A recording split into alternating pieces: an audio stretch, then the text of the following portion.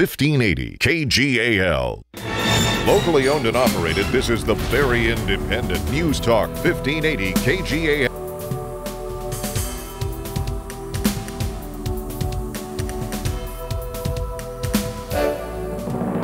The following sports broadcast is an exclusive presentation of News Talk 1580 KGAL. Lebanon Warriors basketball is on the air.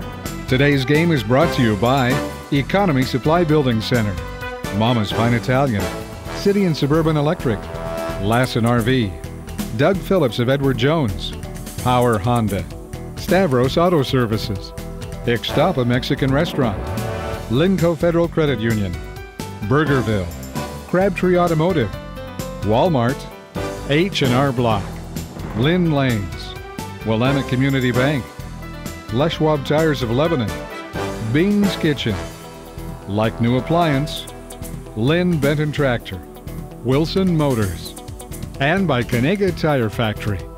Now get ready for Warriors basketball with all the action. Here are Radio Ray and Scott Landgren live on 1580 KGAL. Hey, good evening, everybody. It's Friday night. It must be a basketball night. It is, as we start the second go-round of the Mid-Willamette Conference this season.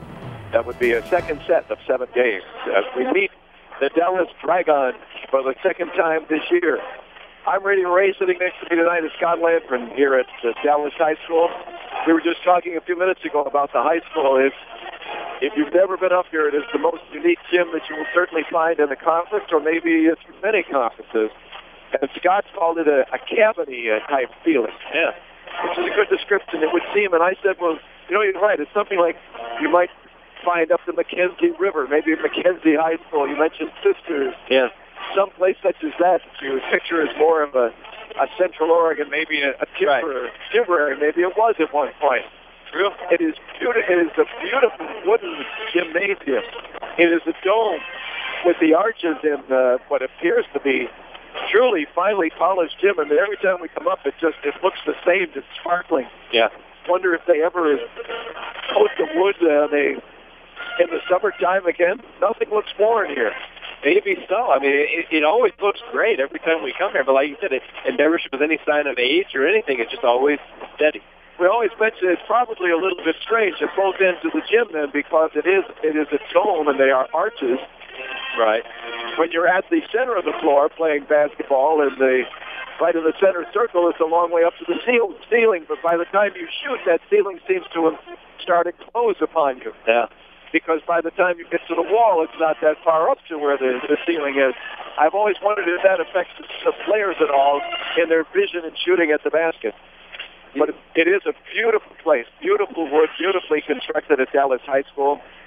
Not kind to the Warriors in the last few years, nor was Dallas kind to the Warriors in the first game this year. We mentioned before that one began, we expected a competitive game. It was a game that was only 2 points in favor of Dallas after the quarter, but 15 at the half. They led by 20 at the end. There was a 19. They led by 20 at the end of the third. Yeah, at the end of three, and had, I think, just a little more than a 20-point lead, maybe 22 in the fourth quarter, and the final margin was 17 points.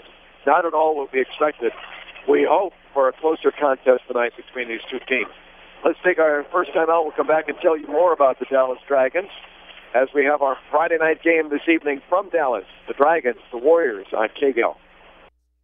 Making life easier and more productive, that's what Lynn Benton Tractor can do for you. And it all begins by discovering how the full line of Kubota equipment can help. Lynn Benton Tractor, we're still doing business the American way. Highway 99E Tangent. Taking a detour down a gravel road isn't fun for you or your tires. Luckily at Les Schwab, along with great prices, all of our car or pickup tires come with the kind of protection most other places don't give you, like free flat repairs and more. Les Schwab, doing the right thing since 1952. Albany Burgerville is now featuring the Ham Havarti Sandwich, all natural Diamond Ranch ham layered with melted Havarti cheese on a toasted hoagie roll and the chocolate hazelnut milkshake. Pick up an Albany Burgerville rewards card now. Cash for every dollar spent. Albany Burgerville, fresh, local, sustainable. Willamette Community Bank is proud to support local high school sports, music, and scholastic programs. Hi, this is Kevin Thomas, Vice President with Willamette Community Bank. Be part of the team and get behind our schools and our future leaders, serving you with branches in Albany and Lebanon. Willamette Community Bank. Service like no other. We promise. Member FDIC, Equal Housing Lender. Your Mid-Valley home of the Lebanon Warriors. News Talk 1580, KGAL, Lebanon, Albany, Corvallis. Back here at Dallas High School, up as we are in most of our broadcasts, up in the balcony area here. The crowd sits up in the balcony, which is a little unusual. Yes, it is. As we have an empty space over here in the corner. We're right at the entrance of the gym with a table up in the balcony area. But to our left, just beyond the stairway behind us, is where the bleacher area begins up here in the balcony. Rather packed, and the band, the nice thing, the band at the far end. The Warriors and Dallas on the floor warming up tonight in that first meeting. Dallas the winner over the Warriors. Dallas has won 2 games on the season as they defeated South and they beat the Warriors. The Warriors are winless on the season in one sense, and that's in the eyes of the basketball deity, the OSAA. Yes. Can't argue with them, and that's because the Warrior victory of 1 week ago tonight when they beat Woodburn in exciting fashion, 53-52, on a free throw by Jake McConnell in the final seconds and a missed three-point effort by Woodburn at the buzzer. We thought the Warriors had a victory. It turned out they had to forfeit that game. It's a lengthy explanation, but the JV coach, Casey Vanderbilt, who was knocked out of the game, ejected from the game early on in the junior varsity game, had to leave the gym because when you pick up 2 technicals, you're ejected. You can't come back to the gym. Came back in during the varsity game, sat behind the varsity bench, and it turns out that is against the rules, which are not clearly written, however, if you read the rules. But it meant that the varsity had to forfeit that win. So the Warriors officially are 0-7 on the year. Woodburn is 2-5. And Woodburn on Tuesday night beat Dallas 58-46 here at Dallas. Now, the Warriors did beat Woodburn last week. They did. So if you look at those scores, you would expect, as we've said so many times against this team, we hope for a competitive game. You know, I think we're going to get one. You know, the first time that these teams met in Lebanon, Dallas came in and surprised a lot of people, including us, with their ball handling and passing ability. Yeah. You know, we didn't think that they were going to be that good. Well, Kevin has some time to prepare for that now, knows what they're going to be about.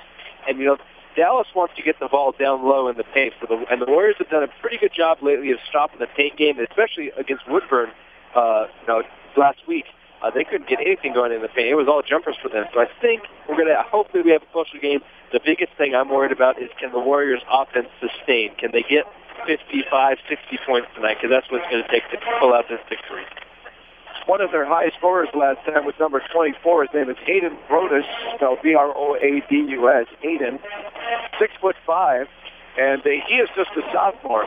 He's going to be a force in the league because I've been watching him warm up. He has some very nice moves around the basket. Yeah. And he's somebody they would like to get the ball to at 6'5". Ian Smith can match up with him at 6'5", and he has been playing some good defense lately. He has. But Aiden Brodus has a lot of offensive moves if you watch him shoot, and now he's going to go to the free throw line. Let's see how he does there. And he hits. He's a danger. He's a danger, that's right. He was the leading scorer. Like I said, he had 12 points in that first game. Another guy to keep an eye on is Cole Church. He had 11. I don't remember Cole Church from that first game, but I don't either. He's a junior, 6'3". We saw Church Street on the way, and I doubt that it's the family, but he probably takes credit for that. Probably. On our way into Dallas tonight, we took a little different route, went by the Subway restaurant. And it was kind of interesting at the Subway restaurant. When you look for the key to the restroom, it says key at the cash register, which is on the other end of the shop. And when I went down by the register, they said, "Oh, it's down there by the door." I mentioned the sign. They didn't show any intent of changing the sign. No, they didn't care.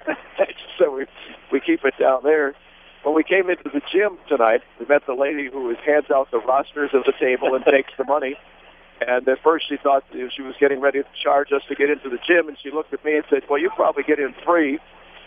You're over 60, right?" That just offended me. I can't believe she said that. And I am hoping more than ever now for a Warrior victory tonight. I would like to go down there and talk with them. I'd like to give them the inspirational speech. I think you should. I just looked at her stunned. said, how did you know that? I can hold down the fort here if you want to go talk to them for the last 5 minutes. I think they need that. There's nothing that hurts you more when somebody says that. You know, I mean, I'm well over that point, but still, it just bothered me. It made me wish more for a Warrior victory tonight. That's right. I don't know that I can instill that in the team, but the subway sign sending it to the other end of the restaurant for the restroom key, and the comment, "You're over 60, right?" has just inflamed me tonight. That's right. For this game. If we can get that same type of attitude for the team, they may pick up what in the eyes of the ONCAA is their first victory of the year, as we well know, would be actually their second win. We'll find out a little bit as both teams continue to warm up tonight. It's very crowded on this side of the gym. A little bit sparse on the far side, but it's a good crowd. It should be loud. That's the loudest factor has to do with the way the gym is built. I think this place gets rocking. It can get really noisy. I have a feeling. An interesting place, an exciting place in which to do a game. We hope it's a good one tonight. Warriors and Dragons. We'll take another timeout and come back on KGAL Radio. If you'd like to do it yourself or need helpful advice doing it, your neighborhood Ace Hardware and Contractor Center can help. Economy Supply Building Center has been that helpful place for over 58 years. Economy Supply Building Center, where Highway 34 becomes Tangent Street in Lebanon.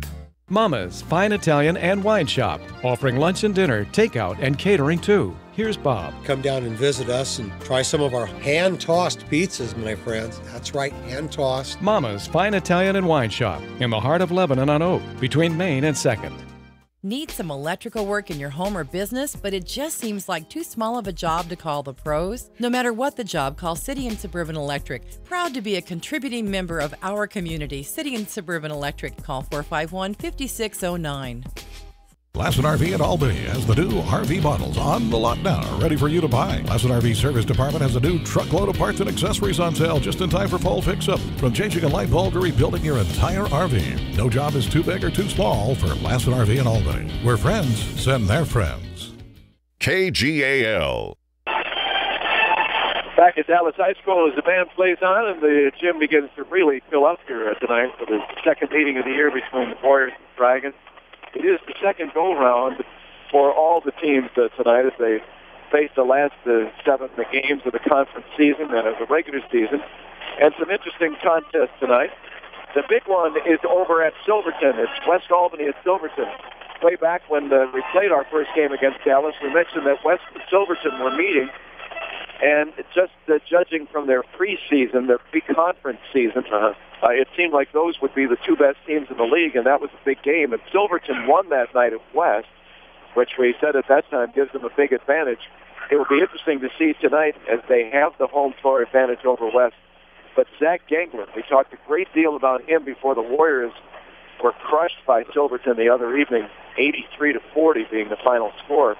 We mentioned Zach Gangler as being perhaps the best player in the league and maybe one of the better players in the state. Did very little against the Warriors, and we learned after a time that his foot was well bandaged. Yeah, wonder if he'll be out of the game against West, and if that could turn the tide tonight for them. It could, and the thing is, Silverton doesn't have to win that game. West Albany has 2 conference losses. Yeah. Silverton still has none. So, maybe if he's kind of not 100%, maybe they don't, go have him go. Maybe they just have him rest, and that would. But still, it's a huge game for both teams. And what we saw from them the other night, it's not likely that they're going to lose to anybody else except perhaps West Albany. Yeah, it seems like that would be the only team. And West has to beat them and have somebody else beat them just to pull even with them in the standings. So it's a big game for both teams. It's West and Silverton tonight. Also, Crescent Valley will play at South. South with 2 wins on the year. Crescent Valley is 6-1, and I think they surprised me a little bit in the way that they are playing. Crescent Valley at South, and also Woodburn will go to Corvallis this evening. The Warriors looking for some offensive output tonight. It's been, Scott and I were talking about this at the subway earlier. It's been another year where you try to find a shooter. Yes. It's just mystifying that through several years now, it's hard to find that one person that you would really go to constantly, game after game, to give you some points, particularly from the outside. They don't have it. And like we said, that's when we were eating dinner, it's just baffling how year in and year out they cannot have one guy. You think one guy would come through the school who could shoot the ball with a regular basis. And it's just we haven't seen that yet. I think Isaac could be there eventually, but he's a freshman right now. He's just not ready to take on that role. And nobody else has been that consistent. And for it, they were only averaging 48.3 points per game. That's not enough. And it seems like we see teams that all of a sudden people come off the bench and just start to light it up. Yeah. The young man the other night, Isaac Susic, or Ian Susic was his name. Ian Susic just started to light things up. We saw that with Jesse Berkey of West Albany, who was reserved for them, come off the bench and hit like 4 threes one night. But one of these evenings, it has to happen for us that maybe it's tonight. That's right. We'll take a final time out here before we get to game time tonight. We're just about ready to start. Dallas will be in their home blues with the red stripes. No, I'm sorry, that's the Warriors. The Warriors across from me. Usually it's the other way around on the benches. The Dallas will be at the far end there for us, and that will be in their white uniforms with the orange numerals, and the Warriors in their blue uniforms. Let's say as they introduce the players, Ian Smith will get a start tonight, Jake McConnell, Isaac Johnson. Let's see who else comes off the bench. It'll be Kendall Leopard and Chad Nisson starting this evening for the Warriors, the Warrior 5. So let's take this time out. We'll get in one more break before we get the game tonight. Just about ready to begin. Dragons and Warriors. Hopefully a good battle this evening on KGAL. The short drive to Corvallis will save you time and money. This is Steve Buckner from Wilson Motors, inviting you to experience the notable difference at Wilson Motors, 5th and Buchanan in Corvallis. Check us out at saveatwilson.com. Good, tasty food. That's why Bing's Kitchen has been a lunch and dinner favorite for over 40 years. Choose Chinese or American meals that can satisfy the entire family or a gathering of up to 40 people on the South Sanium Highway in Lebanon. Choose Bing's Kitchen, where the food simply tastes best. Edward Jones specializes in helping individual investors achieve their personal investment goals. Hello, this is Doug Phillips, your Lebanon Edward Jones financial advisor. Please call me to set up an appointment so I can assist you in selecting investments and services that help meet your goals. Call me at 541-451-4000. Member SIPC.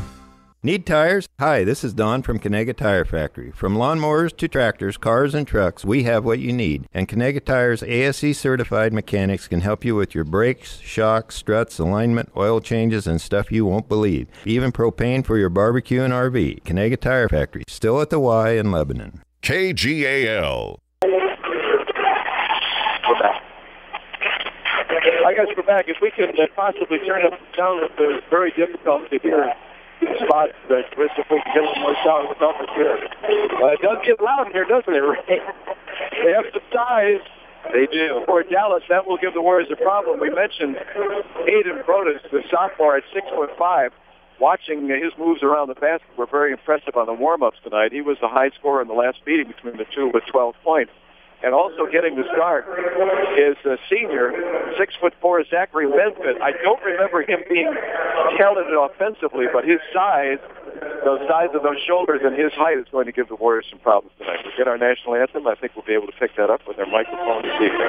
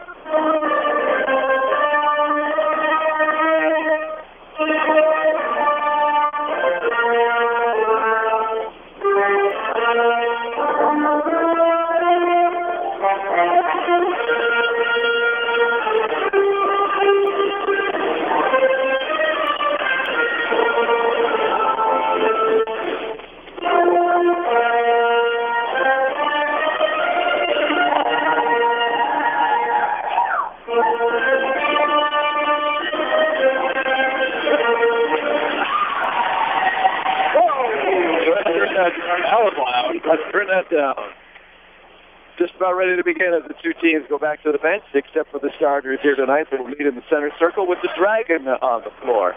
I've never seen, well, they have the Dragon on the floor, but I've never seen they actually have a real dragon, not a real dragon, but a guy in a costume. Real dragon, a real dragon. I've never seen anybody in a dragon costume here before, so that's new. That's good to see. That means that the fans are starting to get into the dragon basketball.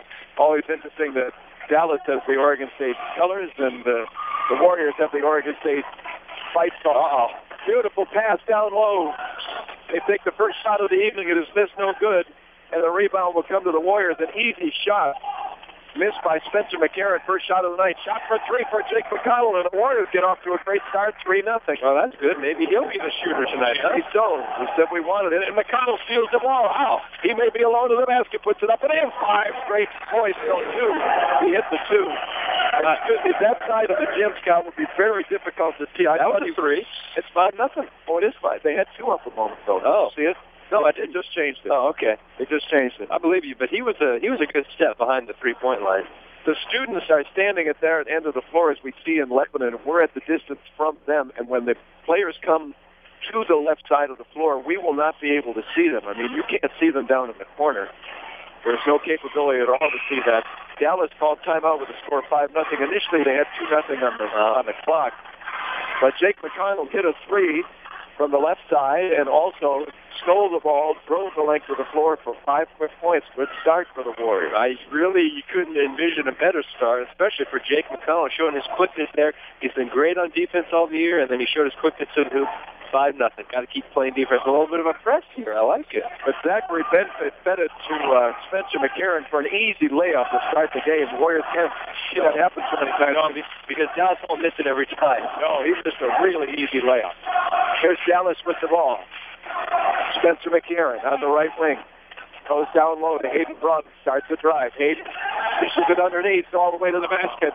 It's Cole Church who missed the shot. It was blocked with the rebound. Zachary Benford with a hook shot. I said he didn't look that smooth underneath, but that was a nice hook off the glass from the front of the basket. 5-2.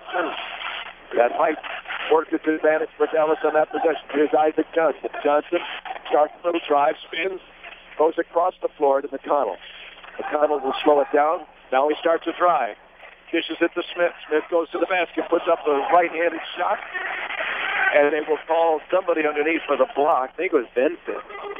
And Ian Smith will go to the basket. A nice job to go underhand for that layup and draw the foul. It is Zachary Benford, and that's good. Zachary at 6'4", again, is not just sizable with his height. He is broad. I think the Warriors need to get to the line, but they also need to make them tonight. This is a game where you have to make your free throws. And Ian Smith gets the initial free throw attempt for the Warriors tonight. 6-2 Warriors make it. Oh, I thought that was going to go. Here's Hayden Brothers with the rebound, and Kendall Lippert may have bumped him. And we will be even at a foul apiece. Jacob, they say. Jake McConnell. That could be big if he picks up a couple here. So the first foul of the evening for the Warriors is Jake McConnell, and Dallas with the ball down 6-2, just underway tonight. 6:34 to go. Hayden Broadus. Hayden back for Spencer McCarron, guarded by McConnell. Gets a little bit of screen, pulls up inside the arc for a jump shot, no good. Rebound chased down by Isaac Johnson. Did a nice job to keep it away from Cole Church. Long pass down towards Ian Smith. Finds Ian. Ian dishes it to Leopard. Leopard puts up a shot, and he got it to go. Hey, I didn't the other guy. Ian Smith grabbed that ball just before it went out of bounds. He saved it, kept his balance, underhanded it to Leopard, and he got the roll. 8-2 Warriors. Dallas with the ball. Spencer McCarron for 3. It won't go. Rebound, Kendall Leopard. It's good. Dallas is missing early. Isaac Johnson at the other end of the floor. In front of the Dallas bench. This is it back outside for Chad Nissen. Chad starts to dribble, stays at center floor. Goes to the left wing to Ian Smith. Smith. Johnson playing in front of the free throw line and is tied up. First arrow of the evening, and that will still go to Lebanon, so they will retain possession.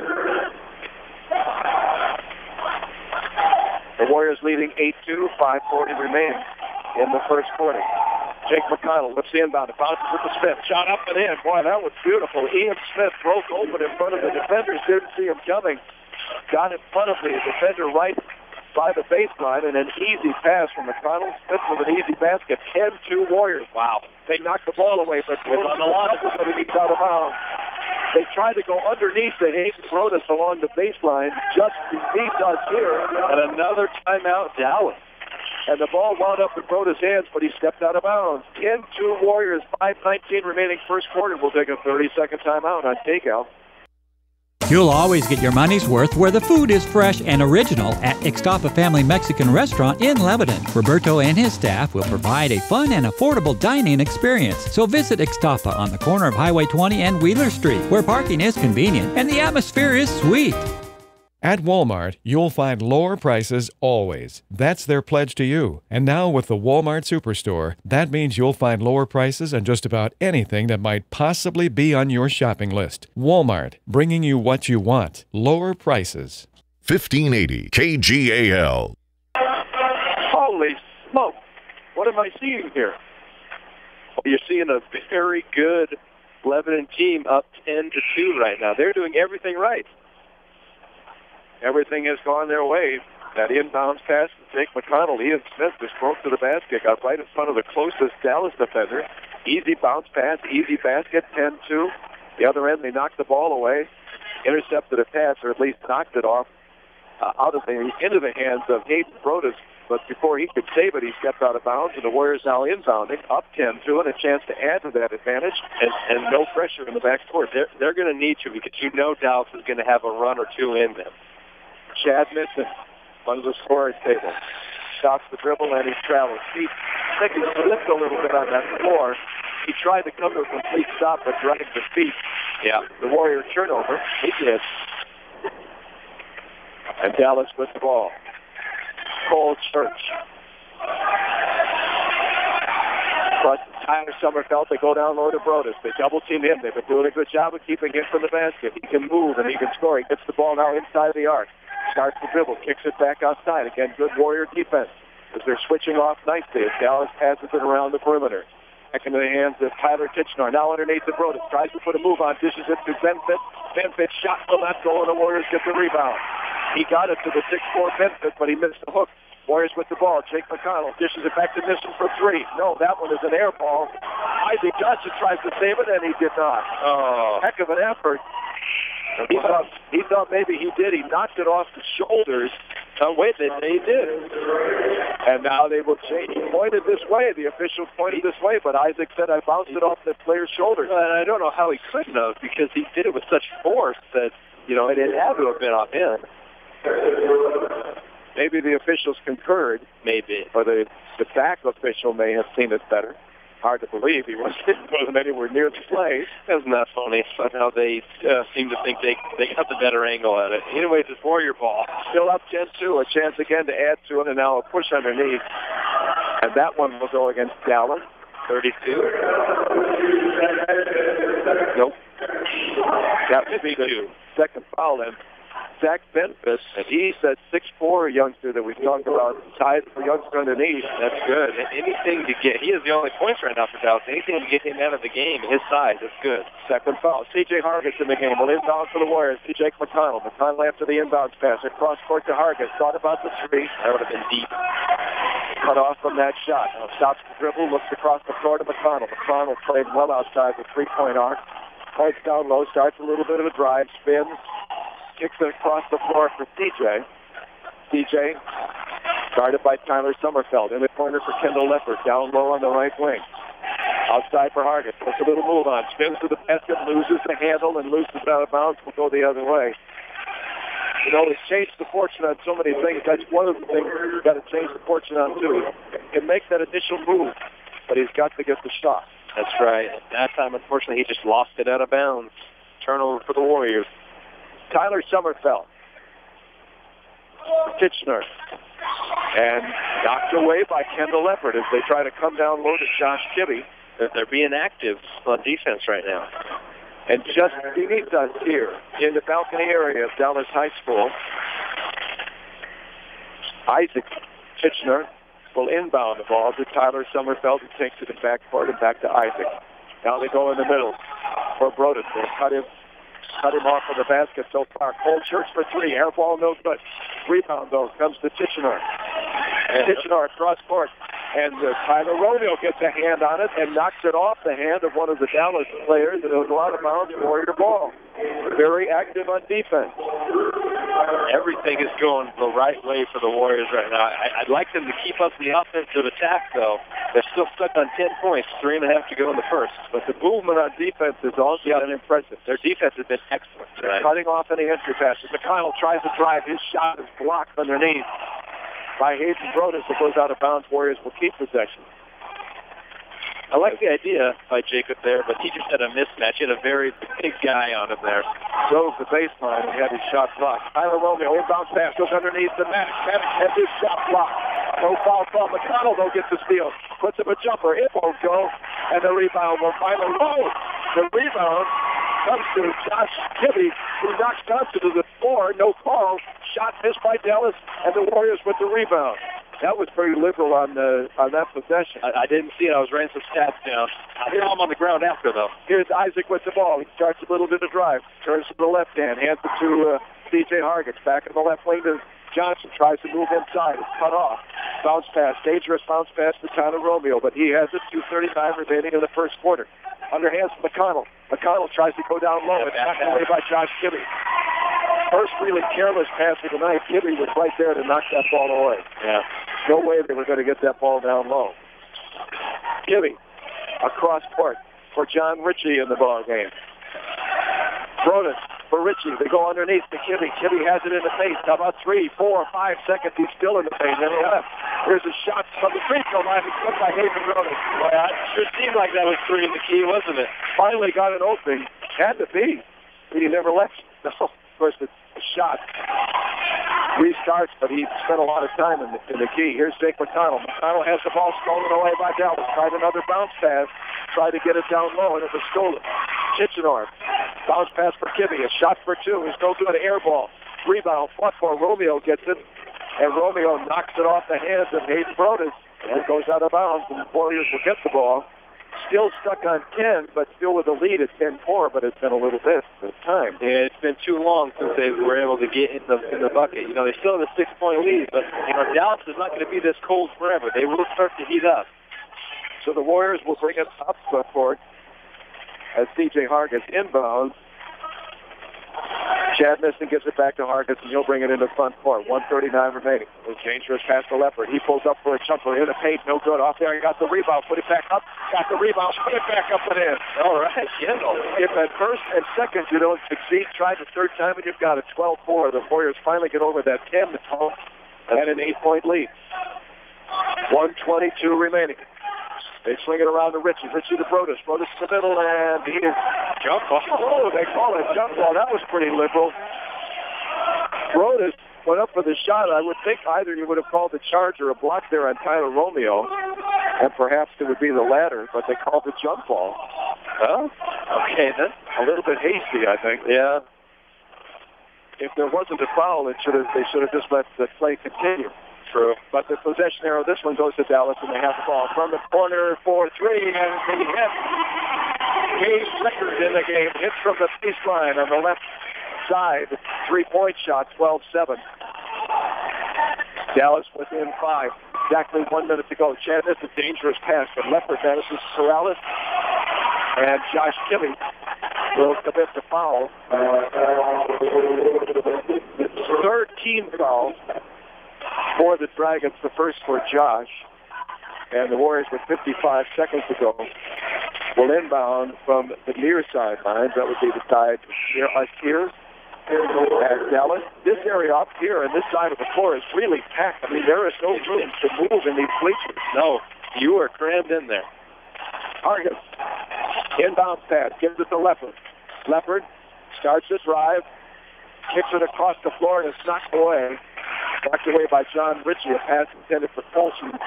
Shanks in the game for the Warriors. Tyler Romeo, C.J. Hargis, Chad Miston, Kendall Leopard will be the Warriors' 5. It's an important 50 seconds for the Warriors. They have to make sure they keep this lead at about 5 or 6. They can't let Dallas come back here. Into backcourt to Chad Miston. He will bring it across right on the drag, and they're in the center of the floor in the front court. Colson, Shanks.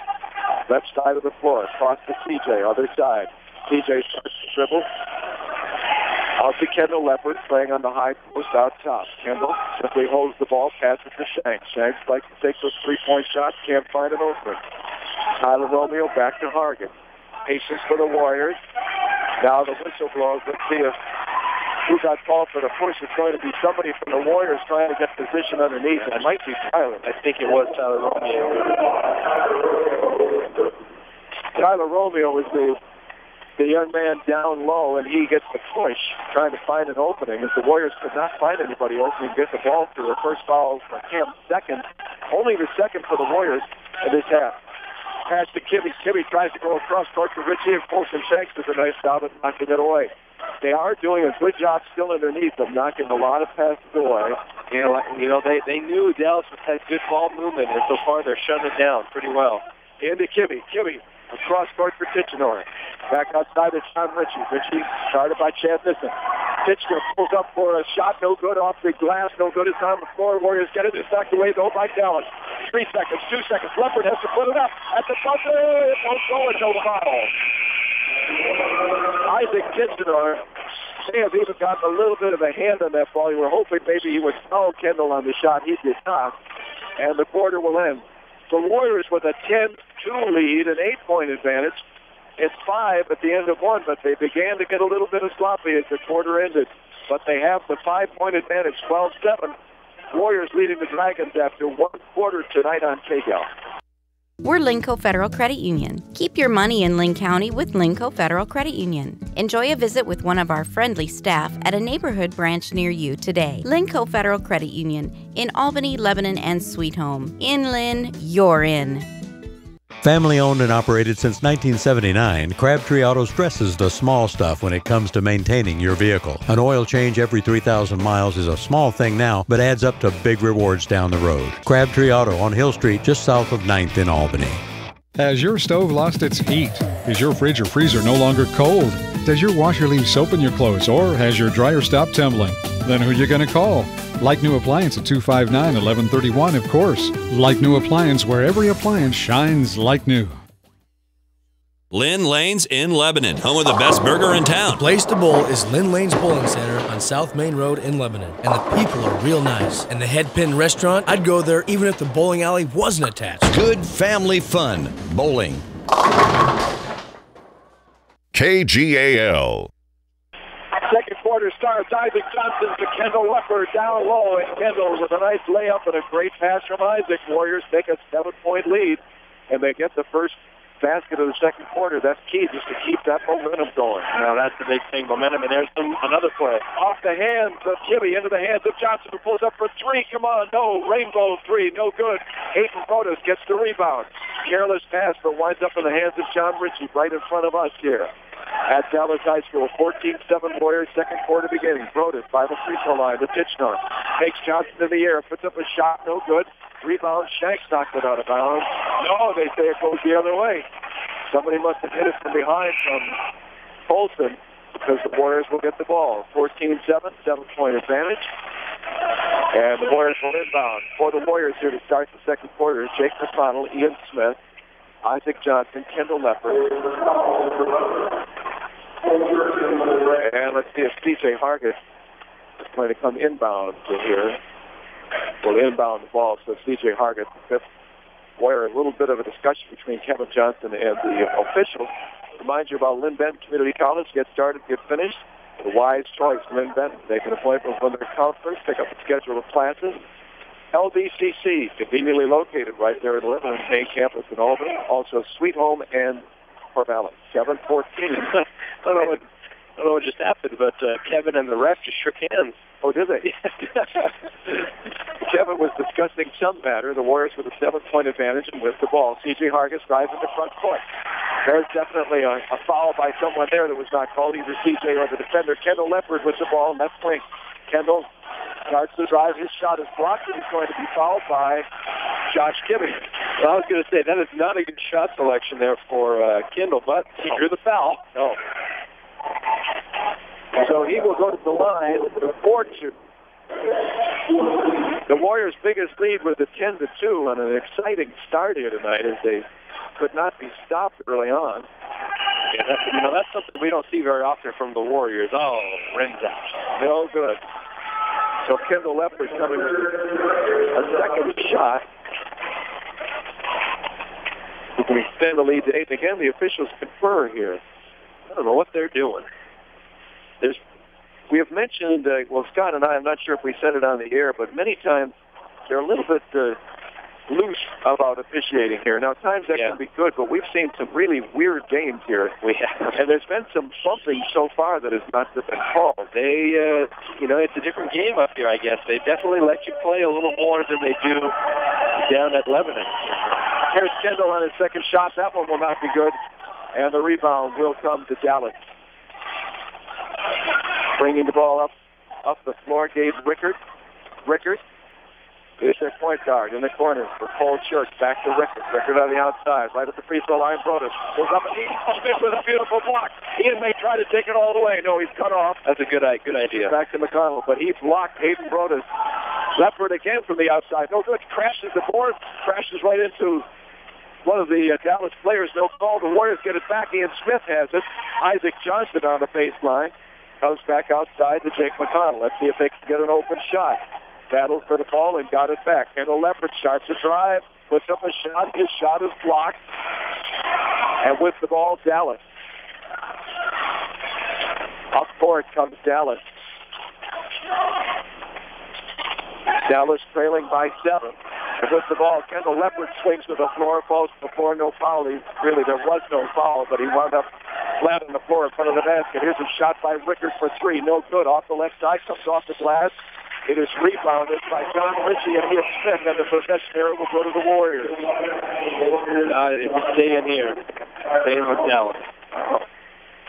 I thought he called a possession area. He did. Lebanon got it at the start of the quarter, so then it of course, yeah. So stays with Dallas. 14-7, so Dallas does get the ball back, and they inbound. We are just about their shooting end here. They're right at the entrance to Dallas High School's gymnasium. Ball out of bounds, still belongs to Dallas, and still down by 7. 5:48 remaining in the second quarter tonight. Here at Dallas. They inbound the ball. It's a good double team there by Alley and Johnson. The Warriors are doing a good job of switching off and keeping people from open shots. Here's John Ritchie. Ritchie, again double team. They go across court. Spencer McCarron. Nice spin move by Spencer. Into the lane, puts up a shot, and he will be fouled. So the Warriors will commit just the third foul. For some of the physical action in the game tonight, it is somewhat surprising that we only have 4 fouls on Dallas and just a third on the Warriors at this point. Hey, I'd rather see that. You know, some of these games where we get, 10, 20 fouls in the first half is just craziness. The shot by Spencer McCarron is good, and the lead is 14-8. Spencer, 6'1", sophomore.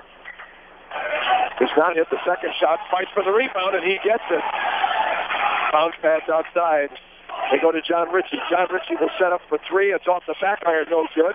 Over the back goes Broadus, no foul there, but the Warriors wind up with the ball.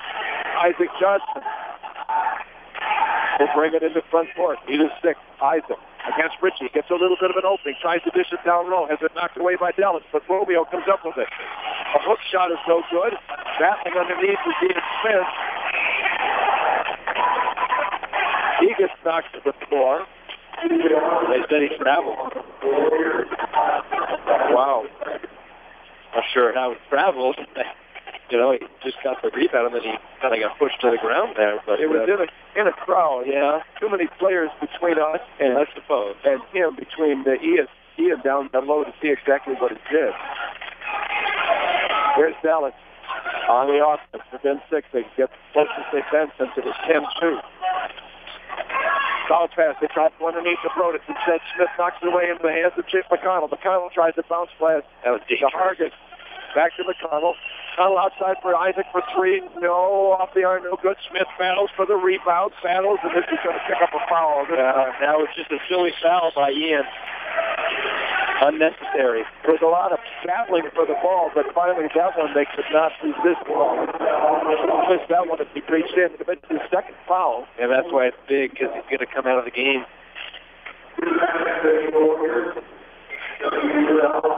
Tim Maddox will check in. Along with Tyler Romeo, C.J. Hargis, Jake McConnell, and Isaac Johnson for the Warriors. As Dallas with the ball. Look at that score on the board up there. I missed it. was a jump ball, right? No? It was 8-4 a moment ago.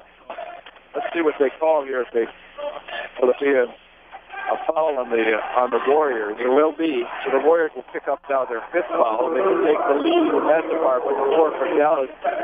That's not something we want to take the lead in. Time Romeo picked up a 2nd, and they came within the act of shooting for Hayes Brodus. It suddenly went 8-4 on the scoreboard. It's 14-8. Weird. And Hayes Brodus misses the free throw. Warriors, good fortune there. R.J. Armstrong and Associates. Excavation underground work, the kind of work you can't do yourself. You need that type of work done. Would you remember the name R.J. Armstrong and Associates? Shot no good. Tantalizingly hung on the rim, but comes down. Here's Jake. Got to make some shots. Jake McConnell to Hargis. Hargis playing in the center of the floor, out high. Isaac Johnson now takes the ball. Isaac has it knocked away, but gets it back. Bounce pass to Hargis. Playing on the right wing. Kendall Leppard. Leppard tries to get down low, tries to spin move, cut off, kicks back outside for McConnell. Long three, come on, hit one, in and out, no good. Kendall Leppard got the rebound, but a push. I think we're going to have a double foul. Yeah, that's what he just indicated. A little bit of pushing takes place underneath. One is going to be on John Ritchie. He doesn't like the ball, I believe, unless he's protesting for his teammates. And the officials again will confer. So it's Isaac Johnson for the Warriors, he said. And 20, John Ritchie. Yeah, he wasn't happy about that. Just a reminder again, R.J. Armstrong and Associates in Lebanon, longtime Warrior supporters. If you need any excavation, outdoor work, underground work, give them a call in Lebanon. 14-8. It stayed that way for a while. We're down to 3-4 before halftime. It's been a long time since the Warriors have scored. The Warriors a quick 5-0 advantage on 5 points by Jake McConnell on the first 2 possessions. They have not trailed. They lead by 6 now, 14-8, and they have the ball. Kendall Leppard. Kendall starts to drive, pulls up for the jumper, way off the mark. Josh Alley. Now go to Josh Alley. His shot is no good. And it's Jake McConnell crashing the board. Kendall Leppard again crashes to the floor. And he made him pick up the foul. Yeah. That's why he's on the floor. And it will be the 6th foul for the Warriors.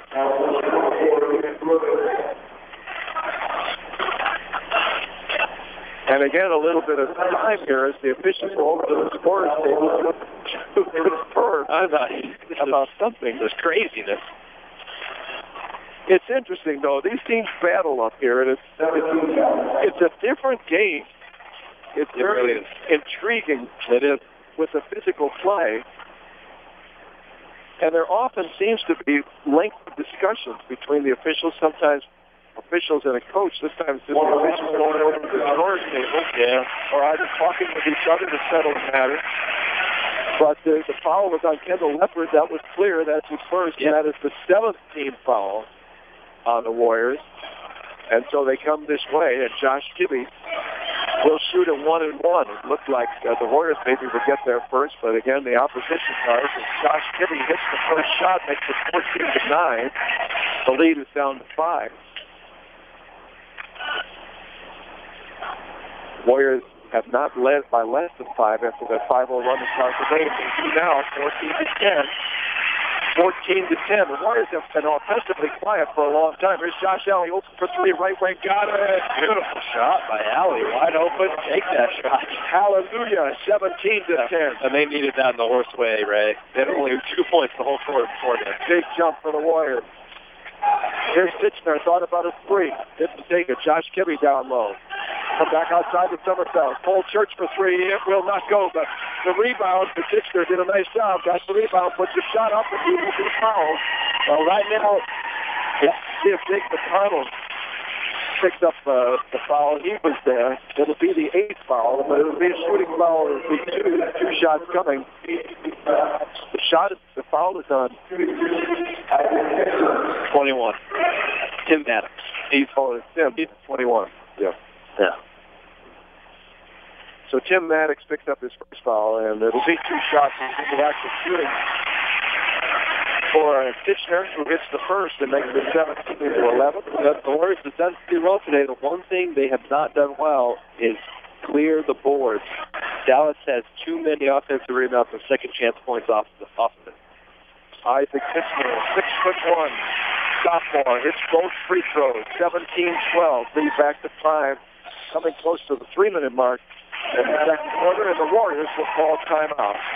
We'll take a 30-second timeout. 3:07 remaining. Second quarter tonight from Dallas. The Warriors have led from the outset.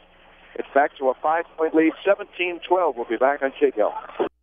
You will come out a winner at Power Honda. Their talented staff will show you how easy it is to get the vehicle you want and the payment you need. Check out mypowerhonda.com. Call 928-0122 or just go in to Power Honda, Highway 20 east of I-5 in Albany, your Honda Superstore. Making life easier and more productive, that's what Lynn Benton Tractor can do for you. And it all begins by discovering how the full line of Kubota equipment can help. We're still doing business the American way. Highway 99E, Tangent. 1580 KGAL.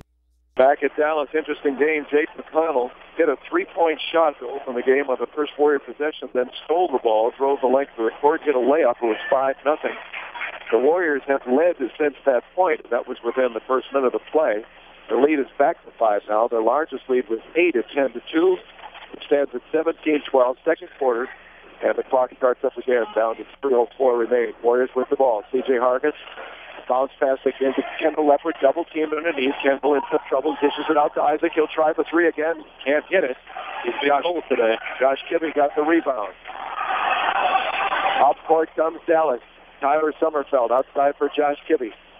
Kibbe looking for some help, tries to get it underneath. Benford tips it back to Sommerfeld. He'll pull up for two off the iron. It's no good. Rebound go to Dallas. They're doing a good job of crashing the boards down. And Kibbe tried to come to our side of the floor, passing it to Cole Church and threw it out of bounds. And the Warriors will get it back, and he'll try to add to their 5-point advantage. You know, they had it at the end of the quarter. They still have 5 right now. The Warriors have a 3 and a 2-pointer this quarter. Dallas has 5 free throws in the quarter. They have not made a basket. And it's still a 5-point lead for the Warriors, but they still need some more offense. They got to find somebody who can make some shots. Tim Maddox on the right wing in front of the Dallas bench, drives the baseline. He's in trouble down low, dishes it out for Leopard. He'll try for the three, and he got it. Boy, I didn't mean to sound surprised. You did. Oh, I did, and I apologize. I mean, it's not that he can't shoot it. That's not his spot on the floor, and he hit it. They gave him 2, it says. He held the hands up for 3. Well, it's 19-12. It is, but the shot by Dallas is good. It's the first shot. Josh Kibbe got the rebound and put it back in. Did you not see the official signal to 3? I did not. He did. I believe you. It looks like a 3. Here's Kendall Leopard, and Leopard will commit the foul. That is a travel. And then he'll turn it over, and that will be his second. As they call time again. Oh, now they gave the 3. It's 20 now. Okay, good. He went over to the official set of the scorers table. They talked it over, and it was indeed a 3-point shot. The officials signaled it. They only put up 2. I believe you. It looked like a 3 from here, but our depth perception sometimes. Dallas with the ball. John Benford. Doesn't look like the kind of player that's going to hit from the free throw line. No, I think you give him that shot, Ray. But he hits it 20-16. Back within 4. Dallas putting up a fight here. The Warriors with the ball. Jake McConnell guarded carefully. On the right side of the floor. Down low to Kendall Leopard. Leopard across court to Jake. Jake starts the drive. Stops. Still on the dribble. And almost loses it out of bounds. Now gets it.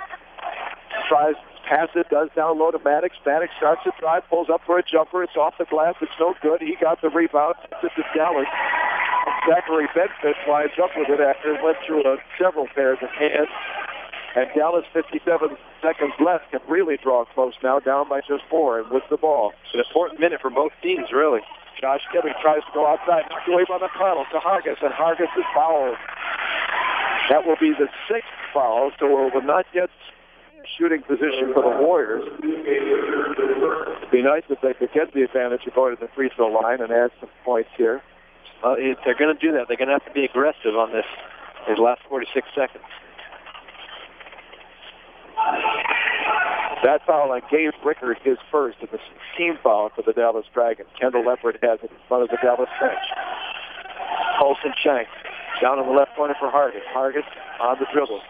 I'd take the final shot here if I was the Warriors. Let's just cut inside if we can. Instead, he's double-teamed, in trouble. Did he call foul? Timeout, they called a foul. Again, that's in the position where the students that continue to stand, and when they go to that side of the court, we've been pretty fortunate. There hasn't been a lot of action there, but you cannot see the player. From here, you cannot see anything other than the students standing.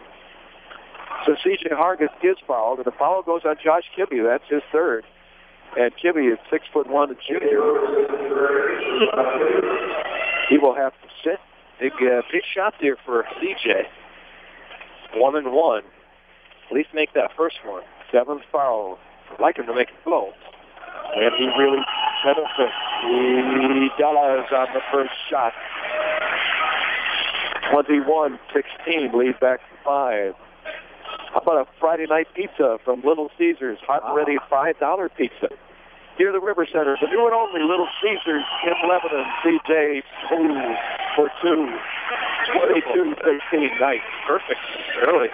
Play good defense here going with this lead. I like it. Isaac Tichenor with the ball for Gabe Rickard. Rickard well outside the three-point arc. Left pointer for Cole Church. Back here to Tichenor near us. They go down low to Brodas. Warriors, great job of keeping him from shooting. Now he's got the ball. Tries to go underneath the fence, but it's knocked away. But will Kendall Leffert get the foul, try to knock that ball away from Zachary Benford. Benford's going to the line. You know what I've seen? Every time Brodas gets the ball on the low block here, there's immediately a double team of Warriors. They know he's their hot guy. He wasn't the first game. They know, and they're doing a good job of double teaming every time he touches him. He's dangerous. He would be good at one-on-one. He would do a good job of getting to the basket, but cutting him off. Zachary Benford hits those free throws. He hits this one, 22-17, 11 seconds remaining. 6 of 9 at the line for Dallas. Surprising, they were only 2 of 8 in the first game. Zachary takes a deep breath and shoots it. Let's see it is. Back within 4, 22-18. Warriors probably taking a final shot here, 11 seconds to go. Yeah, you have to if you're 11. Colson Shank, Jake McConnell, Tim Maddox, C.J. Hargis, Kendall Leffert on the floor. Hargis picks it up. 10 seconds. 9. Hargis with the ball. He'll start a drive. The control. Puts the shot off the arm. No good. Maddox with the rebound. Can't get it. Maddox fights for the rebound. Cannot come up with it. 1 second to go. Long shot off the glass. But that will end the period. A tough shot. You see it wasn't going in, but just to get it that distance and that close was a little bit scary. That's pretty good. 22-18. The Warriors by 4. Well, they have the lead. They do. But the lead was 10-2 early in the game when they were really rolling at that point. But neither team really played effective basketball. The Warriors' good defense to keep Dallas from those entry passes and paint, scoring points in the paint. And that's where their key points came from in the first meeting. The Warriors have done a good job of stopping that tonight. That's why they have a 4-point lead at the half. 22-18, Warriors on top. We'll be back tonight from Dallas High School.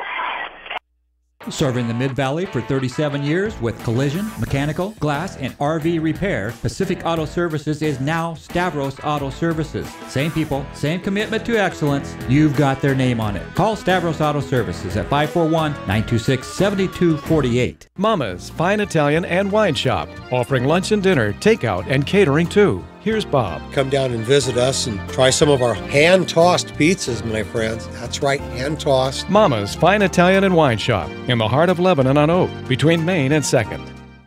Willamette Community Bank is proud to support local high school sports, music, and scholastic programs. Hi, this is Kevin Thomas, Vice President with Willamette Community Bank. Be part of the team and get behind our schools and our future leaders, serving you with branches in Albany and Lebanon. Willamette Community Bank. Service like no other, we promise. Member FDIC, Equal Housing Lender.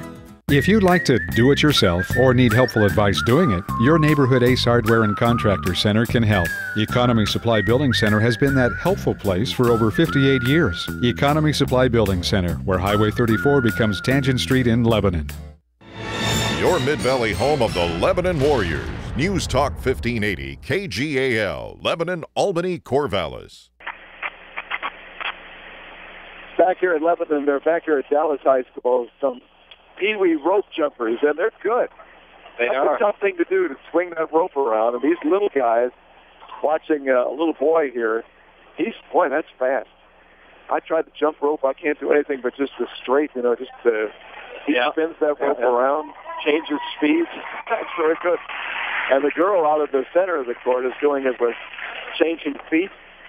Very entertaining. Crowd seems to love that. We love the first half of basketball, or at least we are pleased with the Warriors up 22-18.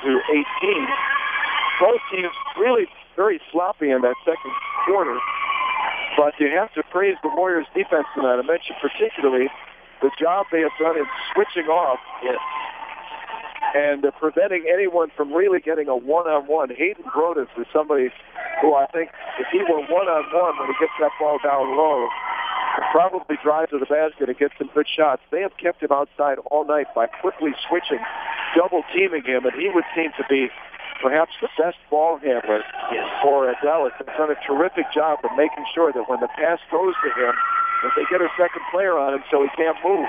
And he hasn't been able to shoot a lot tonight and has not really been a force in the first half. The Warriors with a 4-point advantage. He only has 2 points in the first half, and they're going to have to do a great job of him in the second half. Keep him contained if they want to keep this lead and extend on it. We'll take, look at that with the one.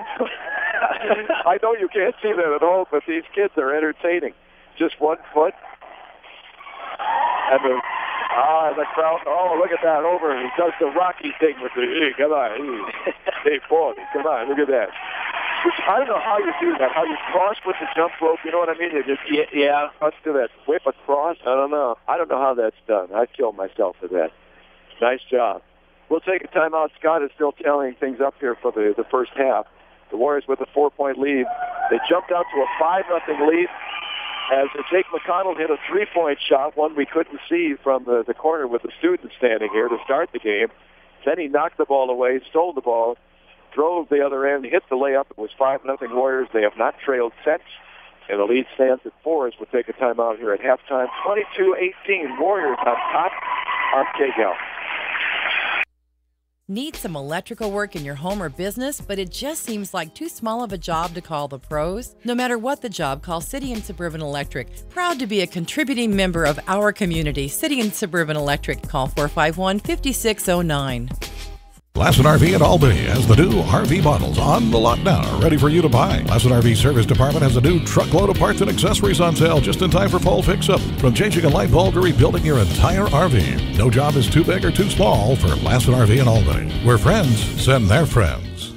The short drive to Corvallis will save you time and money. This is Steve Buckner from Wilson Motors, inviting you to experience the notable difference at Wilson Motors, 5th and Buchanan in Corvallis. Check us out at saveatwilson.com. Good, tasty food. That's why Bing's Kitchen has been a lunch and dinner favorite for over 40 years. Choose Chinese or American meals that can satisfy the entire family or a gathering of up to 40 people on the South Santiam Highway in Lebanon. Choose Bing's Kitchen, where the food simply tastes best. 1580 KGAL. Back here at Dallas High School, the little guy's beginning to irritate. You see that with he's putting 1 foot behind the other, then he's just hopping on 1 foot. Then he's got one knee up while he's hopping on one leg and still the jump rope. That's a little bit too showy now. I'm getting irritated. 22-18, Warriors lead at the half. We'll get some stats here. We have the competition that we expected in the first game. We're seeing it tonight, the first time the two teams met. Dallas up by only 2 after 1 quarter, led by 15 at the half. Tonight it's the Warriors by 4, a different game and a different story. It really is, and goodness for that 5-0 run to start the game. The Warriors up by 4 right now. They played a little bit sloppy since they had that 10-2 lead. They stopped making so many shots, and they started turning the ball over a little bit more, not too much. They only have 10 turnovers in the ball game, which is really not that bad. Look at this, Ray. They're jumping. Oh, my goodness. They're jumping. They have an older kid jumping in the back and then a younger kid in the front, and they're jumping simultaneously. And they go, and the older girls in the back who are a little bit taller than the younger children in the front takes the jump rope, and they both jump at the same time without looking behind them. Look at that. They are in unison. And they split it in half, each going down the row of about 15, 16 kids, perhaps. They even met in the middle and did a big one. Wow. The one behind, they both jump, but the one in front with the younger children in front. Yeah. And the younger kids never even turn around, but somehow they do it in unison. That irritates me. Nice job, but very irritating. So what's the deal? Well, as you'd expect in a close game like this, a lot of the stats are fairly similar. The Warriors have 10 turnovers, so does Dallas. They each have 10 turnovers, which is a great number for both teams, not too many. Right now, the Warriors have 18 rebounds. Dallas has 18 rebounds. Well, the Warriors have got a lot more in the first quarter. Dallas got a lot in that second quarter, including 3 or 4 offensive rebounds. Early caught a second chance point for Dallas. Let me see here. Leading scorer is Zachary Benfit for Dallas. He has 6 points.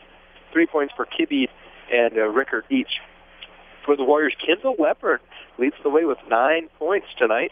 5 for Jacob McConnell. Josh Alley has 3. Ian Smith has 3. And C.J. Hargis has 2 free throws. That's the other big story of the game. The Warriors right now are only 3 of 6 from the foul line. And Dallas really, this is keeping them in this game. They are 7 of 10 at the free throw line, so 7 points from the free throw line. That's really keeping them in it. And West Albany is down to Silverton 33-18. Your son said it was a layup throw for Silverton, and Zach Gingler is playing. Wow. Yeah.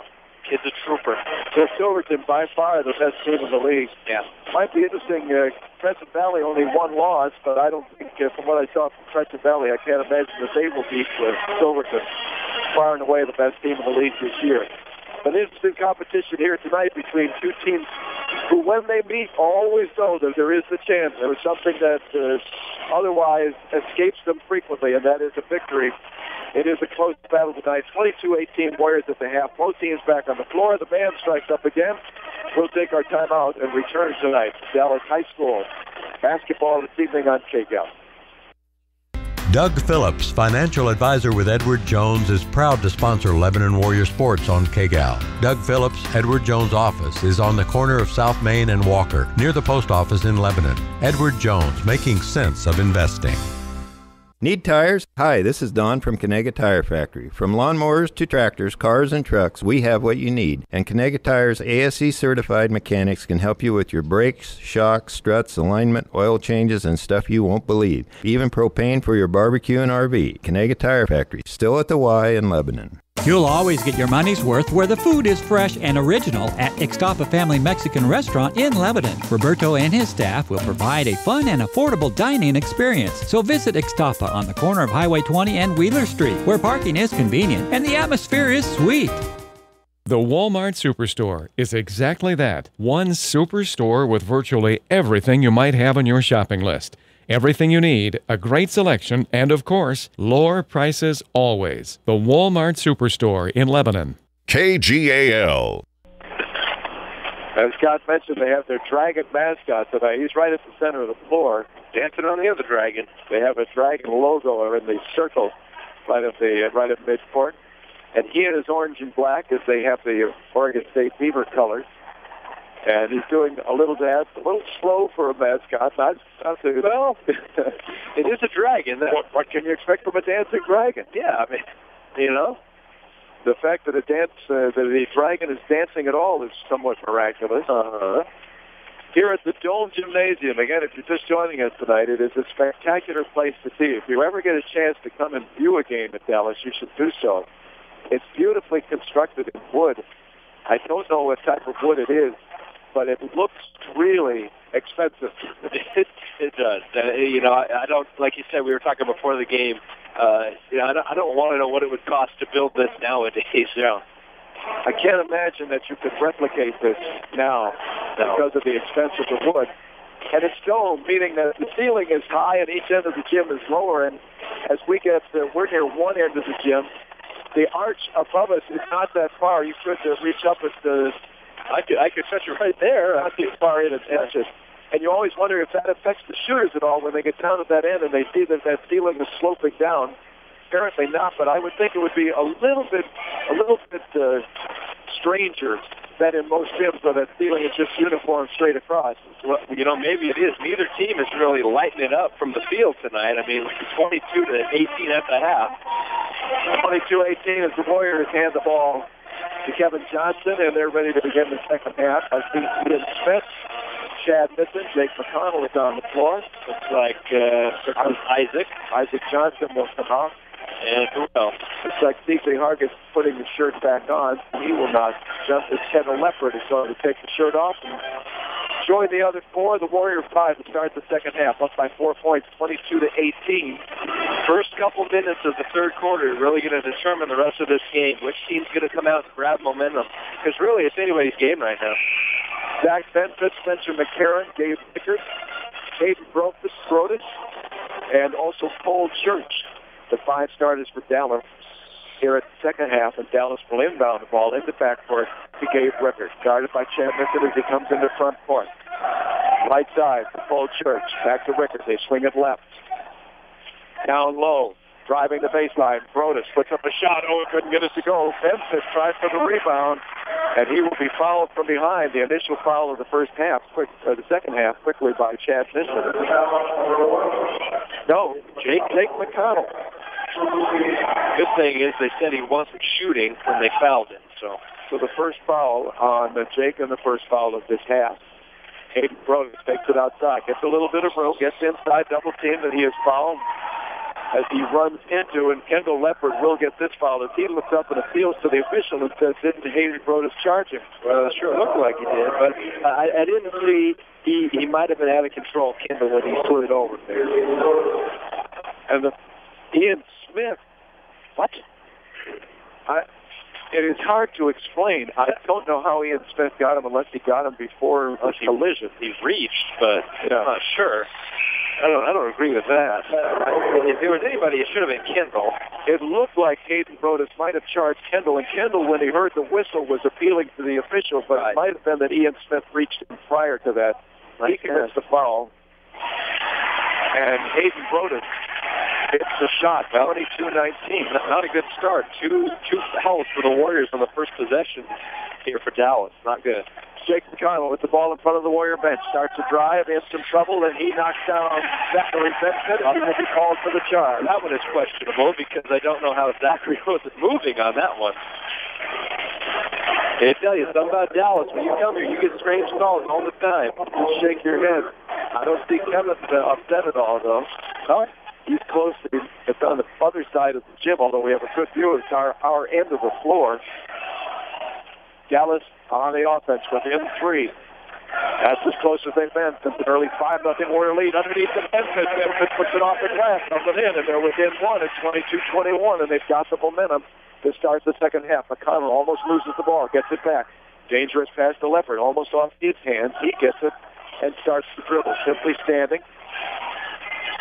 Now moves out to the center of the court. Starts a drive, starts spins, dishes it back outside for Chad Mitton, guarded by Gabe Rickard. Bounce pass to Romeo is stolen away by Hayden Brodus. They will call the possession arrow, and it will belong to Hugh Dallas. Brodus stole the pass. This tied him up, but the possession arrow goes to the Dragons, and they will have it, and a chance to take the lead. It's here with the Warriors. Oh, the Warriors. Yeah. You know, I've got to watch this at the start of the second half. They've obviously switched ends here. I'm back at the first half again. That's right. So the Warriors have the advantages. Their offensive end in this half is right below us. Here's Isaac Johnson. Warriors got to get something going here. They've been pretty cold from the field for a while. Isaac in the backcourt, drives into front court. Kendall Leopard in front of the Warrior bench. Kendall guarded by Benford. He starts a drive. Inside, pumps into. There should be a foul here, and it was Cole Church moving, so Church will get the foul, and that one, no question, that is correct. We agree. I think it was on Hayden Brodus. Because I think he was down there in the paint. They said Brodus' name. Well, bumped into Church, and Church gets the foul. Leopard takes the inbound shot. He misses it, no good, and the rebound comes down to Cole Church. Gabe Rickard in the front court. Traveled a little bit there, but maybe not. Far corner, that left corner that we can't see. It comes back outside. They dish it out to Cole Church. Back to Gabe Rickard. Across here for Brodus. Brodus starts to drive, swings it out for Rickard. He'll try for 3. In and out, no good. Rebound to Benford. Benefit turns, shoots off the glass, no good. tipped out of bounds by Dallas, and it will belong to the Warriors. Gabe Rickard chipped it out of bounds. That was a good look by Dallas to try to take the lead there. They say stepped on the line. Tyler Romeo did not stay out of bounds as he threw that pass. That one was close enough to the student standing that you couldn't see his feet, but they point to the baseline and he stepped on the line as he threw the inbounds pass, and the turnover will give the ball back to Dallas and another chance to take the lead. As they inbound the ball into that corner, that invisible corner, back outside the Brothers. Shot for three is good, and Spencer McCarron gives them the lead at 24-22. And the Warriors have not scored. They've been outscored 6-0 in this half. And Dallas with their first lead of the night, 24-22. Johnson has to dish it back outside. TJ over for three, long one, no good air ball, but Johnson has it on the rebound. Tries a wraparound layup that won't go, and the rebound goes to Broadus. They want to run, bounce past the Benfit. Benfit hits the board. Oh, there. Benfit shot that ball hard, but just enough, low enough, that it caught the rim and came back and dropped. 26-22. 8-0 run for Dallas to start the third quarter. They take a 4-point lead. Warriors call timeout. We'll take a 30-second break. 5:17 remaining. 26 in the third, 26-22 Dallas. We're Linco Federal Credit Union. Keep your money in Linn County with Linco Federal Credit Union. Enjoy a visit with one of our friendly staff at a neighborhood branch near you today. Linco Federal Credit Union in Albany, Lebanon, and Sweet Home. In Linn, you're in. Family owned and operated since 1979, Crabtree Auto stresses the small stuff when it comes to maintaining your vehicle. An oil change every 3,000 miles is a small thing now, but adds up to big rewards down the road. Crabtree Auto on Hill Street, just south of 9th in Albany. 1580 KGAL. Well, Dallas with a big start here in the second half, an 8-0 run. The Warriors had a 5-0 run to start the game.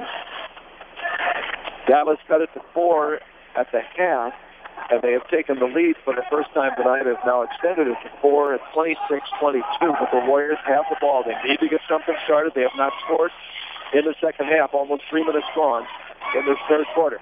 Kendall Leppard simply holds the ball right below us. C.J. Hargis out to the center circle. Hargis starts to drive. Stops Isaac Johnson, spin moves, trying to get against Cole Church. Can't break under the basket. Warriors will pass it around along the perimeter. Stolen away by Cole Church all the way to the other end. He missed the shot. Did he get the rebound? Whistle blows, and there will be a simply out of bounds to the Warriors. Boy, they missed an easy layup. Cole Church had a good look at the basket. The Warriors did charge him, but I don't know how much they interfered that shot. I think he simply missed it. That was just a miss. Warriors try to go inside the Smith, but it's knocked away. They get it into the hands down court. Spencer McCarron. McCarron backs up on the dribble outside to Cole Church. To Gabe Rickard. Rickard calls out a play right inside the arc to Benfit. Right corner for Church. Driving along the baseline. And knocked out of bounds, and there will be a foul called, I think, on Isaac Johnson for forcing Spencer McCarron out of bounds.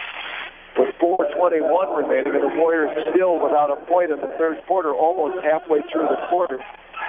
Isaac Johnson picks up his second, and to compound difficult matters here in the third quarter, the Warriors have committed 4 fouls, and Dallas only 1. 4 turnovers, 4 fouls, no points for the Warriors. Inbound to Cole Church. Spencer McCarron bounces it back outside the Church, takes a jump shot, off the iron, no good. Ball tipped away by Hayden Broadus into the hands of C.J. Hargis. Hargis, a little pressure in the backcourt, manages to get it to Isaac Johnson. Johnson wants to drive to the basket. Cannot. Cross court to Kendall Leppard. Leppard had to leap to catch it. Leppard pulls up for the jumper, off the iron, no good. He hits Smith with the rebound, battles, puts it back, no good. Hands flying underneath into the hands of Johnson. Johnson is bumped, no foul. He is Smith on the floor along with Hayden Broadus. And the whistle finally blows. They let him play for a while before they blew that whistle, didn't they? Let's see where they will go. It's somebody against Dallas. Foul. Gets a pile on the ground. The foul will go to Hayden Brodus, just his second. I thought he had 3 at this point. Warriors trying to hit foul. 5 seconds. Called a 5-second against DJ Hargis. Right. Questionable. DJ usually pretty effective at that. He's not usually called timeout. Well, CJ looked at the official thinking that he had the 5 seconds. He inbounds a lot, but apparently did not, and that will be another turnover. The Warriors still without a point and 3:50 remaining. And amazingly, they're only down 4. With all the bad that's happened this quarter, they're only down 4. That is the good thing, that Dallas extended this lead to 4, but they've gone a couple of quiet minutes as they try a 3, no good in the rebound. Battle between Leopard and Johnson, and Leopard gets it. C.J. Hargis gets the pass for Smith, and he puts it up and in. That was not an easy pass. It was dangerous, and Smith had to leap to get it, just got it. And as he turned, he was right under the basket and put it up and in. Warriors' first points of the quarter, 26-24. Transition bucket by the Warriors there.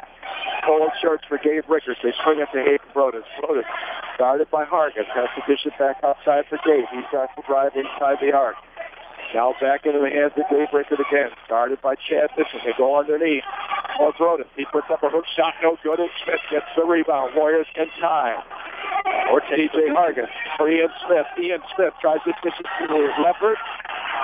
And they will call a possession on an arrow. I thought they were going to call a travel, which would have been more likely, but again, somewhat quick. I'm not sure who slapped that ball. I've forgotten the number for Dallas who slapped the ball in Ian Smith, but it was so quick to call a possession arrow. Well, it was. I thought they were going to call a travel on Ian, which it looked like he could have. But the coach, Jermall, said, well, the next one will be the Warriors. Second time tonight, they've been very fast on that possession arrow, and it belongs to Dallas. Dallas has it at the other end. Starting a drive on the baseline. Along the baseline, right to left. 28-24, the 4-point lead is back, and you can hear the fans really into it here. It is enjoyable here. It's exciting. When you have a close game like this, it's just like being in Lebanon. The crowd has been to it. Oh, yeah. It's compact enough. Good-sized crowd here, but it's compact enough, just like at Lebanon, that it gets that feeling that it's filled, at least on this side of the gym, and it gets loud. Yeah. Oh, yeah. It's contagious. 28-24 Warriors inbound. Isaac Johnson will take it deep in the backcourt. Not particular pressure from Paul Church. He comes into the front court. Isaac gets around Church. Into the paint, puts it up, and a foul is called. I don't know how he got around the Church without trailing us there. I thought they were going to call that. I thought that's what the whistle was for, but it was a foul. He definitely traveled after he went by Spencer McCarron. Definitely committed the travel, but McCarron apparently got him on the way by, and he picked up the foul, and suddenly we're even at 4 fouls. A piece here, third quarter, 2:22 remaining. Hargis bounce pass to Isaac as they restart action. Isaac to the basket, and they'll throw it off as he travels. Shot was no good. Up to the 4 and 2:17 for the Warriors. They got to claw themselves back into this. I know it's only a 4-point lead, but it feels like a lot more in this game. Chad Nissen will come in from Isaac Johnson to Tyler Romeo, Chad Nissen, C.J. Hargis, Kendall Leopard, and Ian Smith on the floor for the Warriors. Cole Church for Gabe Rickard. Swings it for Kitchener. Isaac Kitchener. Whistle blows away from the basket. And they will call someone, I didn't catch which number, but I believe it was 20, John Rich. Dallas down low. Gets called for 3 seconds. And the Warriors down by 4, 2 minutes to go. It's amazing. They only have 2 points in the quarter. They had a 4-point lead, but Dallas has not been on fire since they took that 4-point lead. Here's Kendall Leopard in trouble. Wanted to pass it to Smith. Wanted to pass Hargis to Smith. Cannot get the shot. It is called a block. And Dallas gets it back again. 1:39 remaining as they bring it into front court. Neither team putting backcourt pressure on here tonight. Neither team very successful in the front court. Back outside to Rickard. Rickard will move, dishes it to Church for 3, and he does not hit it. The rebound comes to Tyler Romeo. Romeo for Chadnison for Hargis. Hargis underneath the Smith. He's open. No good. Smith missed the shot, got it back, and he fouled and puts it up exasperated because he knows he should have had that first one and one. Because that's two in a row that he's missed close to the hoop. There's a lot too time down. And like you said, he would have had an and one had he made that first one. And I don't think the foul really kept him from missing the shot. No, he just missed it. But he will have a chance to go to the line for two and cut the lead in half with 1:14 remaining in the third quarter. For over 50 years, Mega Foods has been offering the best quality and tasty hits. More than just a supermarket, they're also a very good neighbor. Mega Foods in Albany and Lebanon. Jim Maddox will check in for Kendall Lepers. Zachary Benford is back in the game for Dallas. And Ian Smith has the second free throw coming to cut the lead to two. He takes the defense, shoots, does not hit off the back iron. Maddox got the rebound. Maddox fouled by Kitchener. All right.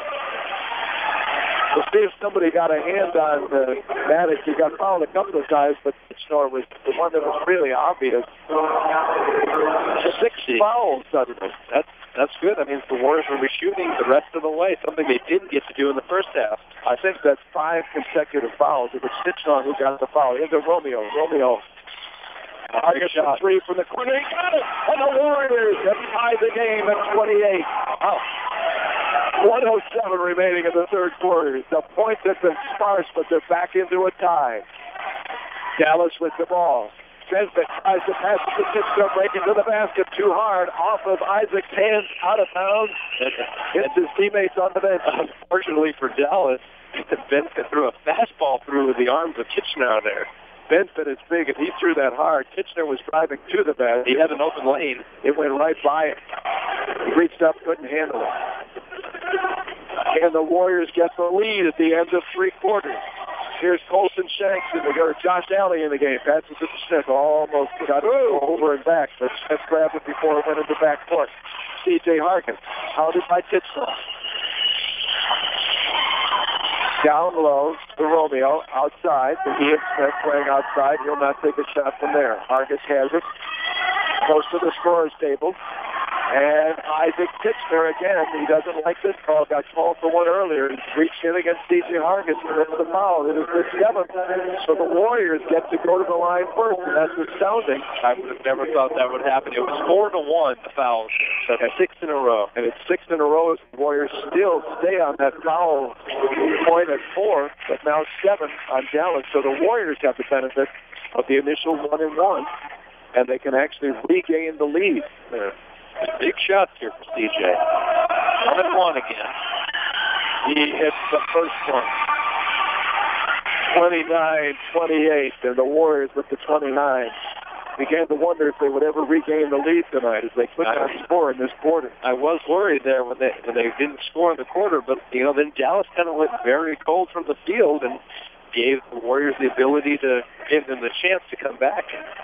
CJ sets again, takes the time. It looks good. It is. 6-10 at the line as the team for the Warriors. 28. The Warriors will put some pressure on at the backcourt. Have not seen that tonight, but they swing. Dallas swings it into front court. Driving to the basket. That's the reason I don't like the pressure, because it's too easy to break, and the Warriors can't get back.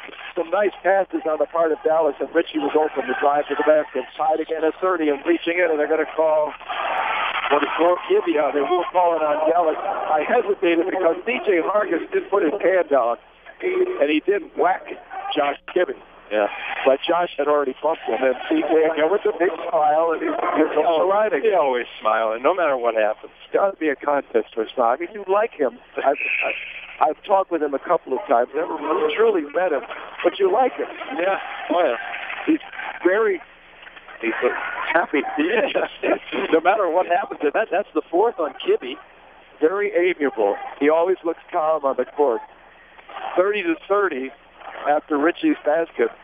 But CJ, who hit a pair just a few seconds ago, another 1-1 here. Try to break the tie. This time he does not, and the rebound comes out to John Richie of Dallas. Tyler Summerfeld.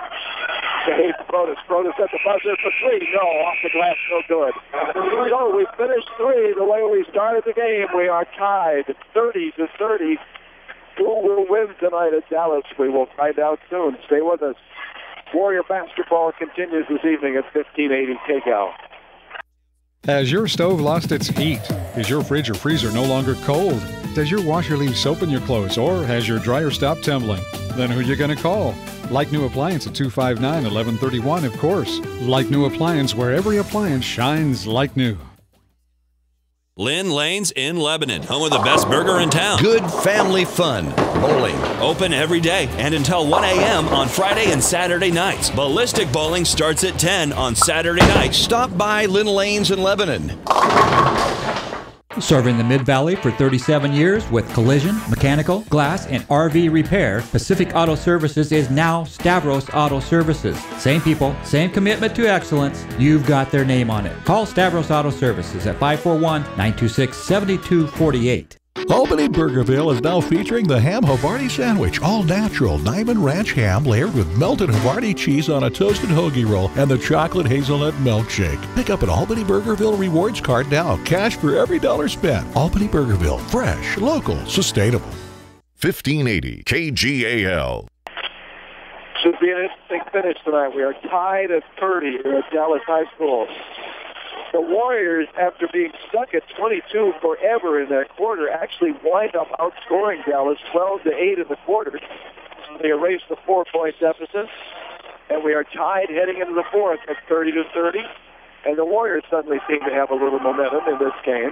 I think they do. They have the ball, and anytime Dallas fouls, they will be shooting free throws the rest of the game. That could be huge only if the Warriors make it. And the Warriors make it into the double bonus quickly. Here's Kendall Leopard to the basket. Oh, couldn't get it on the rim. No good. And the rebound tip off the hands of Maddox to Dallas.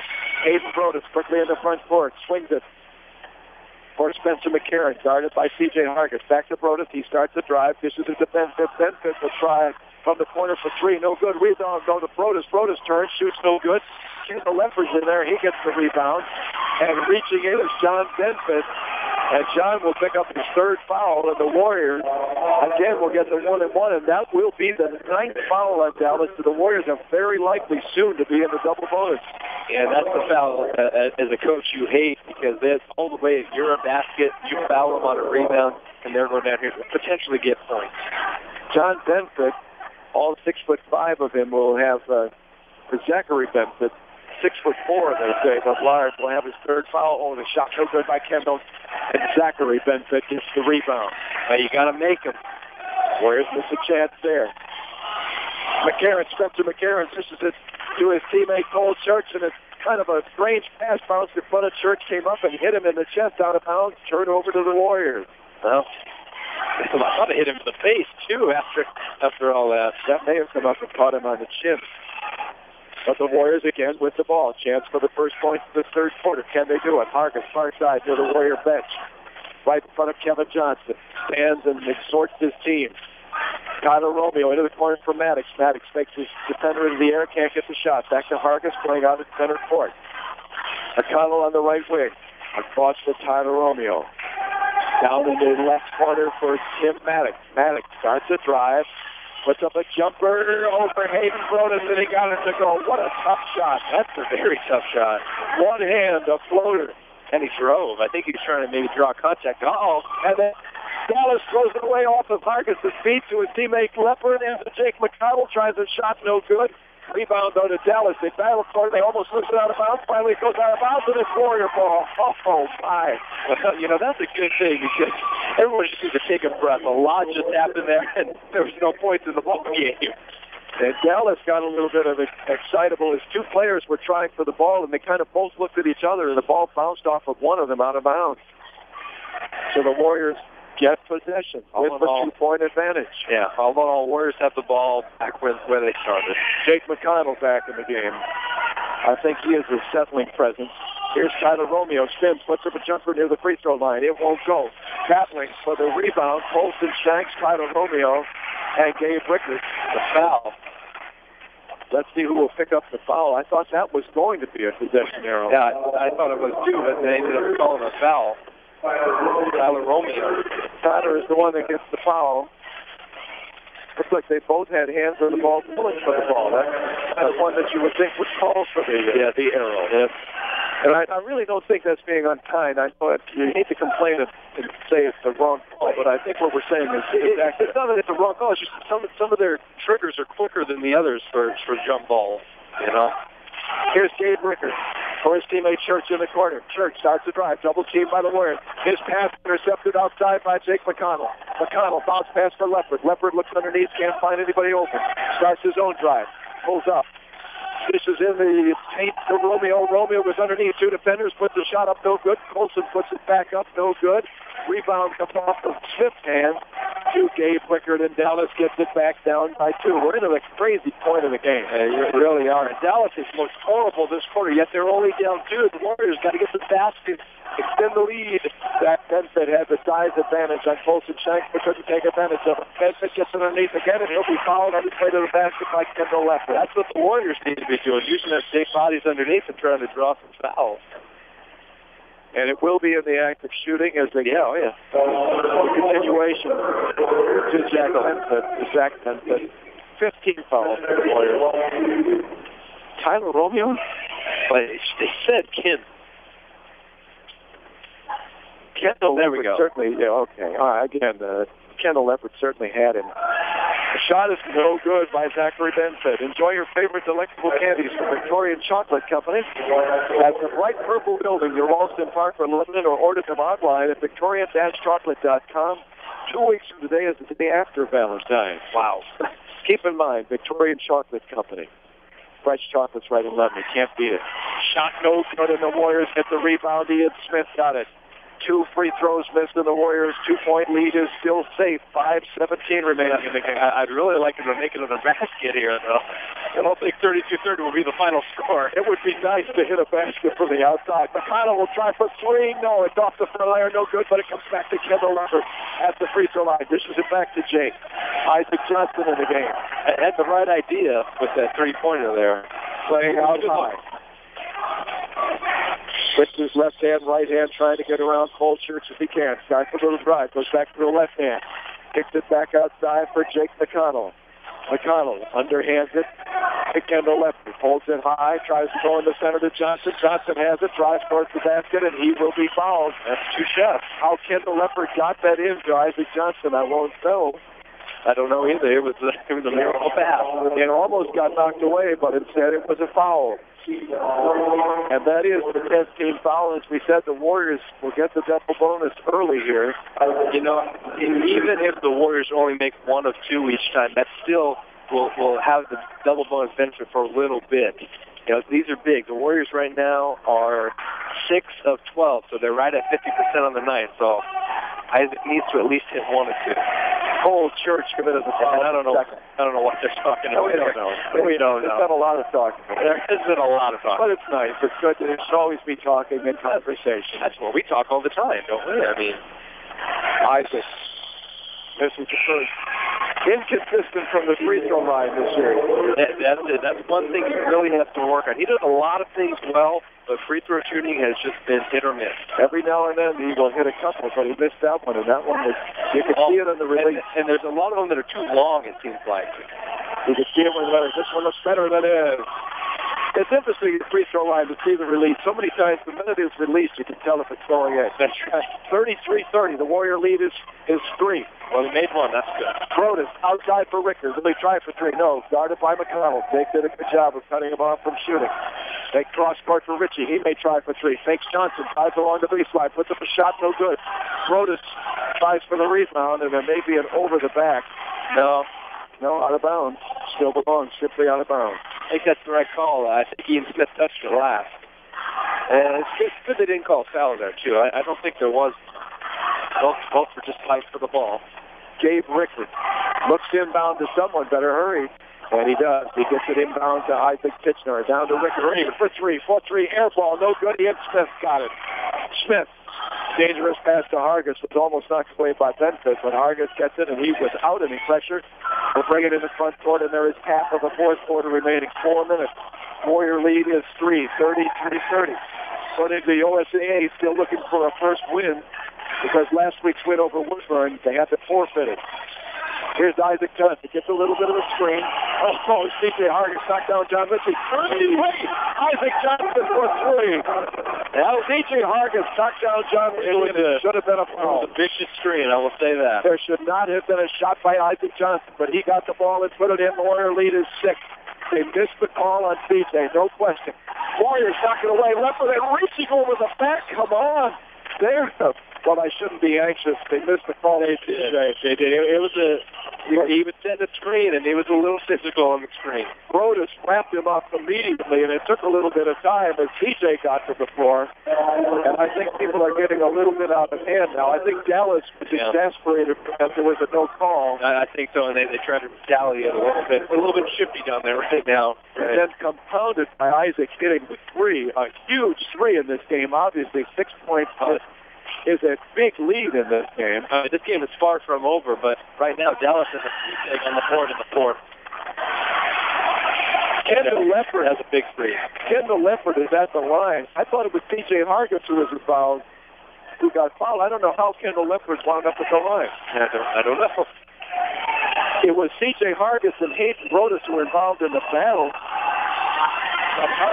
Kendall is at the line, makes the first shot and misses the second. The Warriors get that double bonus and do not take advantage. Could have had a 3-possession lead in fact.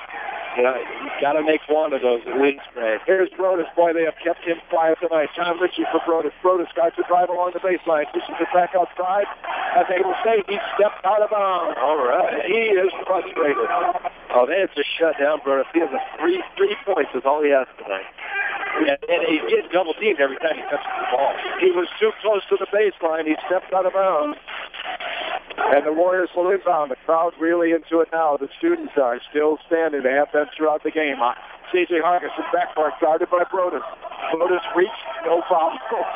Actually reached, tapped him on the back, no foul, but I think it was a good no foul. Oh, yeah. Good no foul. But Brodus is really getting upset. He truly is. Isaac Johnson with the ball. Johnson gets around Ritchie. Still with it. Dishes it back outside for C.J. Guarded by Cole Church to Kendall Leopard. Leopard below us. Leopard up Memphis. That's an interesting battle there. Two sizable young men. Isaac Johnson in the corner, right in front of his father. Comes outside. Dishes it cross. You know, I don't mind this right now. The Warriors running a little clock. Jake McConnell, indeed, up by 6. Leopard on the right side, and he is double-teamed, and finally Zachary Benford fouls, and he will pick up his 4th foul of the game. Unfortunately, that's not who I would want to go to the line right now. He's Kendall Leopard. He struggled in the quarter. He's 0 for 3 in the quarter, 0 for 5 at the game from the line. But they had to foul. They had to foul because the Warriors were doing a good job of keeping it, moving with the lead. Sizable Zachary Benford has 4 fouls, and if they manage to get rid of him in the last couple of minutes, would be an advantage for the Warriors on the board. That'd be huge. The Archery Hunt in Lebanon invites you to stop in for anything you may need in the way of archery, including lessons from John Stone. The Archery Hunt, and he hits and gives the Warriors a 7-point lead. That 3-possession advantage is just unbelievably huge for 2:26 to go when you see how teams have not been scoring in this game. Right, especially that means they're going to start hitting some threes, and they had it a couple in the game, but, get pressure time. It gets a little bit tougher. If it's only 2, it's a 4-possession advantage if they hit just 2-point shots. Kenny hits the second, and he does all the time with his shoot. 0 for 5 on the night coming in. Clutch finally for Kendall Leopard. 38-30. The Warriors with a good lead. 2:20 remaining. Gabe Rickard guarded by McConnell. The crowd trying to enjoy Dallas. But Dallas in trouble, and they know it. Cole Church, Warriors great movement again on defense. But they are really given a lift by that 8-point advantage. A shot for 3 off the iron, no good. Hayden Brodus tracks it down, and he can't come up with it. It's out of bounds. Well, they're going to call it easier for the foul there. Oh, my. And he's got a big spot to make. He always is a foul, even if he gets foul called on him. He almost ate his jersey. He lifted the top of the jersey and started to eat it on the way down the court. And now still with this foul, he returns and will have a timeout. So the foul was called on C.J. with the action fast at the other end of the floor. That's his first, by the way, 17th foul. And a 1-and-1 coming up for Dallas. 2:01 remaining. We'll take a timeout here. We can take a 60-second timeout if we need it on KGAL. taking a detour down a gravel road isn't fun for you or your tires. Luckily at Les Schwab, along with great prices, all of our car or pickup tires come with the kind of protection most other places don't give you, like free flat repairs and more. Les Schwab, doing the right thing since 1952. Making life easier and more productive, that's what Lynn Benton Tractor can do for you. And it all begins by discovering how the full line of Kubota equipment can help. We're still doing business the American way. Highway 99E Tangent. KGAL. Back here at Dallas High School, it looks good. The Warriors are up by 8. 38-30 with 2 minutes and 1 second remaining tonight at Dallas High School. How about this for a stat, Ray? Dallas only has 30 points. Great defense by the Warriors. They don't have any in their quarter right now. They're going to the line to change that potentially, but that's not bad. 2 minutes to go in the game, and they don't have any points in the quarter. The Warriors had no points in the third quarter, well past the halfway point. Saw the lead disappear, and Dallas was up by 4. Actually, the lead disappeared at the half. But the Warriors did not score any points, but then Dallas went dead once they got the lead. The speed throw is so good, the Warriors kick it back inbound as Ian Smith pushed it back to Isaac Johnson, and Isaac is fouled, and he will go to the line for a couple. And the frustrating night for Hayden Broad continued. Could not hit it from the line. And I should say the Warriors had the lead by 4 at the half, but Dallas took the lead in the second half by 4. And then they went silent. Both teams went silent for several minutes until the Warriors finally put on a run, assisted by free throws, and tied the game at the end of 3 quarters, and they now lead it by 9, and boy, does that look good. It looks like they'll get truly their second win of the season. It looks great, Ray. I mean, there's still 2 minutes left, but it looks very good right now. Isaac with 2, now 10. It's amazing the way the emotions change. It really is. You can see it in the way they're moving on defense again. They're hitting free throws. And John Ritchie and his rebound, that's 3. 3 free throws.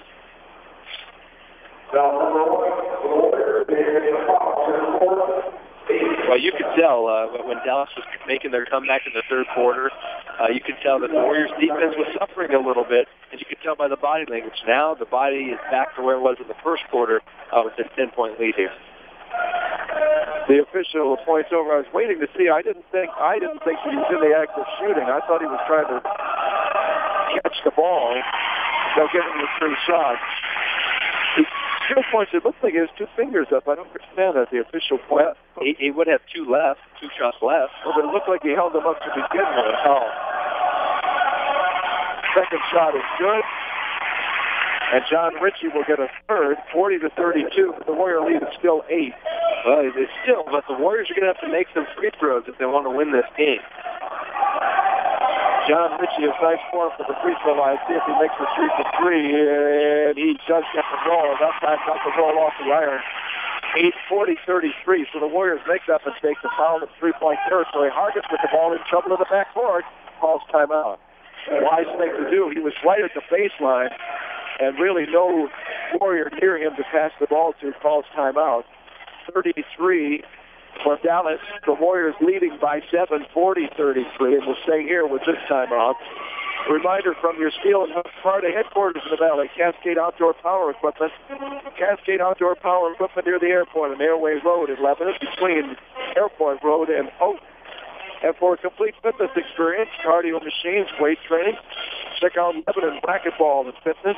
Open 7 days a week, 24 hours a day. Look for Lebanon Racquetball and Fitness on Sherman Street in Lebanon. Super Bowl Sunday coming up, and at the high school there will be a pancake breakfast.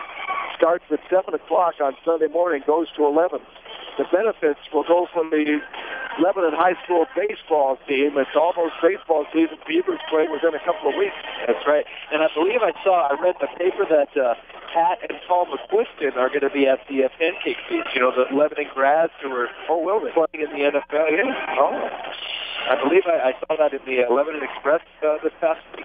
The McQuiston twins will be there for the pancake breakfast, and hopefully you will too.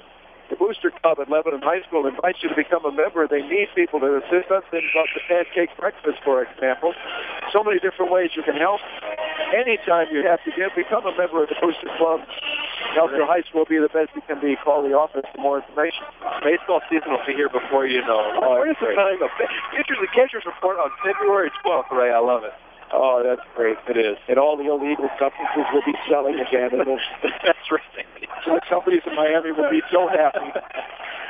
Here's C.J. Hargis inbounding the ball, and he gets it into Isaac, and Isaac is pushed from behind, and he'll go to the line, and maybe he is starting to feel it from the free throw line. I sure hope so.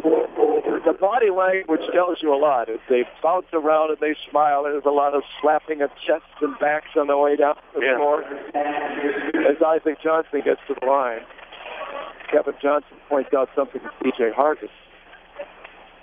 Gives him a slap on the back. Son Isaac sets and misses the first shot. The Warrior lead is 7. 1-0 more. No.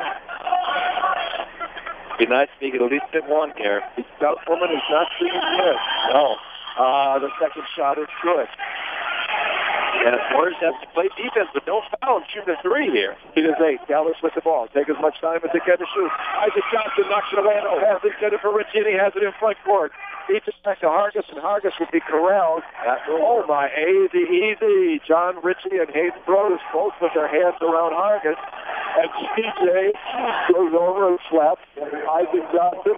And a little faint smile on his face, just walked away from it all. That's what you got to do. I think Hayden is still upset with that non-call when C.J. knocks someone down. It might have been Hayden, as I recall, knocked down Hayden on that screen. Yeah. I think he's still upset because he laughed as C.J. was hanging on for a while. You know, basketball is one of those games where you can't live in the past like that. You know, if there's a bad call, you got to just put it behind you. You can't live, angry at the refs because then your play will suffer. A few more seconds and he might have been called for a technical. He might have done a little more than that. That's C.J. Hargis, who missed the first shot, hits the second. It's 43-33, so they need his 10, and that looks good. I made it both. Oh, did he hit both? He did. I thought he missed the first second.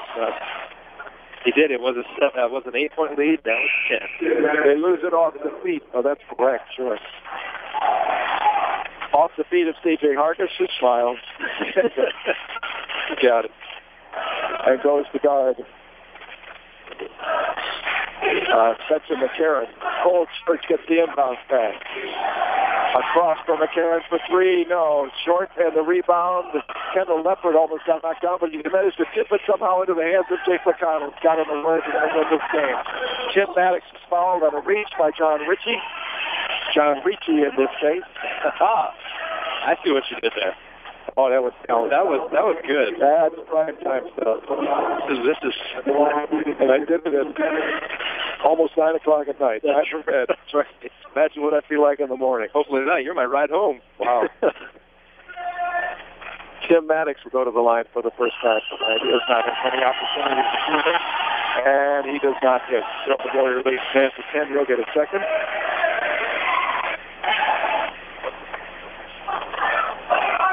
CJ comes in and says something, reminds Isaac Johnson and Kendall Leopard what they should be doing. This ball misses. Coach Johnson just said, no fouls, be smart. Tim Maddox at 11, 44-33. John Ritchie, for someone in the corner, can't see who that is. The whole church misses. Tim Maddox has a quantity foul by Hayden Brodus. Is that his? I think it's 4. That's 5th. It is. I missed. Yeah, they had 4 up from the last time that he fouled. Yeah, that's his 5th foul. So he's out of the game, and he has 3 points tonight, right? 3. Yeah, you have to credit the Warriors' defense there.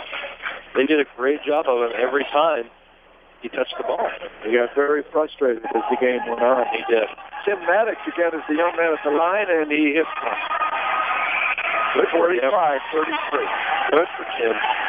Warriors on their way to a win. Friday nights are good to them. They beat Woodbury last week, although they had to forfeit the game. And they will beat Dallas tonight, and he does not hit, and the rebound comes to John Ritchie. For Gabe Rickard in the front court, under a minute to go. The Warriors will soon celebrate a win at Dallas. They and we will feel good. Isaac Kitchener Down low for Church. Back outside to Kitchener. Somebody better shoot here. 46 seconds. Notice the defense. Floater off the iron. No good. The rebound comes to finally into the hands of C.J. Hargis, who rushes down court, smiles, and hits for the free throw line to shoot two. They call him Isaac Kitchener. And C.J. Hargis will go to the line. 40 seconds left. We haven't seen a victory at Dallas for a while. I can tell you the last time we saw a victory. Hang on, Scott. Okay. We'll take a timeout here. We can take 60 seconds if we need it. We'll be back. Warriors going to wrap up this game with a win. They lead at 45-33 on KGAL. Need extra money? H&R Block offers the Emerald Advance, a line of credit up to $1,000 that you can start using today. No W-2 required. Stop by a participating office to apply or call 1-800-HR-BLOCK to learn more. H&R Block Emerald Advance, line of credit offered through H&R Block Bank. Member FDIC at participating offices subject to credit approval. Free supply. See HR Block/Emerald Advance for details. 2012 HRB Tax Group Incorporated offered January 15, 2013. OVTP B1515. Hi, this is Serena at your neighborhood H&R Block in Albany, Lebanon, Corvallis. Call us today at 541-928-6432 and see what it means to never settle for less when it comes to your taxes. Taking a detour down a gravel road isn't fun for you or your tires. Luckily at Les Schwab, along with great prices, all of our car or pickup tires come with the kind of protection most other places don't give you, like free flat repairs and more. Les Schwab, doing the right thing since 1952. You will come out a winner at Power Honda. Their talented staff will show you how easy it is to get the vehicle you want and the payment you need. Check out mypowerhonda.com. Call 928-0122 or just go in to Power Honda, Highway 20 east of I-5 in Albany, your Honda Superstore. 1580 KGAL. Well, we are back. C.J. Hargis will walk to the line, shoot a couple of shots. And the Warriors will try to see the clock run down as quickly as possible. 40 seconds left. Their lead is 12. It is invincible. I think we can say that. I think it's safe to say that. The officials taking their sweet time, waiting for the band to miss off there. One of the officials looked a little grumpy as he pointed towards the band. The band cannot be playing. And the shot is good by C.J. Big win. 46-33. Second shot coming. As that double bonus, the foul situation is certainly assisted. And they did take advantage, and they do again. 47. 30, did he step over the line? Apparently so. No free throw. He must have stepped over the free throw line, so they'll take that away, and it remains a 13-point advantage at Warriors. That's still enough. Gabe Rickard in the front court, drives to the basket. The leftward tries for the block, and then he hits Rickard. I don't know if I looked over to see if Kevin would be a little angry at that. There's no need to foul him at that point. Oh. Even if he made the basket, I think I'd rather see the clock go. Yeah, just let him have the two. You're up by 13. 2 points ain't going to make a difference. If he hits from the free throw line, they don't lose any time. Right. That's what I'm saying there. And he does not. Well, remains 13. So they get the advantage, I guess. Still, I think I agree that you'd like to see the clock keep going here. These last 33 kicks. The foul was on Kevin Leopard, his 4. What a game Kimmel had with this. Gabe Rickard hits, cuts the lead to 12. 33 seconds remaining as C.J. Hargis inbounds, and they start the clock 32, and Hargis gets the ball back from Jake McConnell. And reaching around Spencer McCarron will foul him and C.J. Hargis. He may as well just stay there. I don't see any need for him to play defense. He's going to get tired. Well, he might as well, right? He would shoot better if he didn't have to keep going up and down the court. Of course, I suppose that he wouldn't be fouled, would he? That is a little flawed by reasoning. Well, at least you realized it, though, right? Very seldom is there a flaw that serious. That's true. But there was one. C.J. he hit. 47-34. Skylar Garber checked in for the Warriors.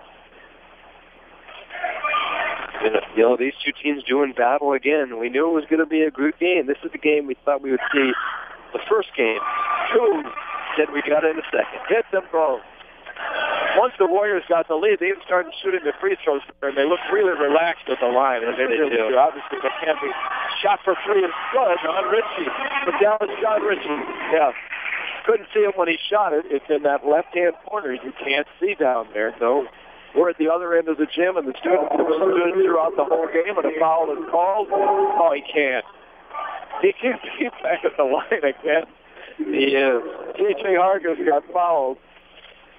He was fouled by Gabe Rickard, who picks up his fourth, and C.J. Hargis gets 3 in a row. Nice.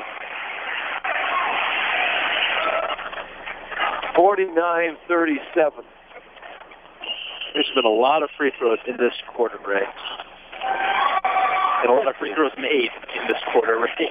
Not a lot of points for the winner, 50 points. Shot no good by Richie off the glass. Skyler Garber grabbed it, and he will get a chance to go to the line, and he feels good about that. Boy, there's only 9 seconds left, and you're down 13. It doesn't really need to foul anymore. And he has to smile as he gets to shoot, something that would not have happened except that he was there for the rebound. True.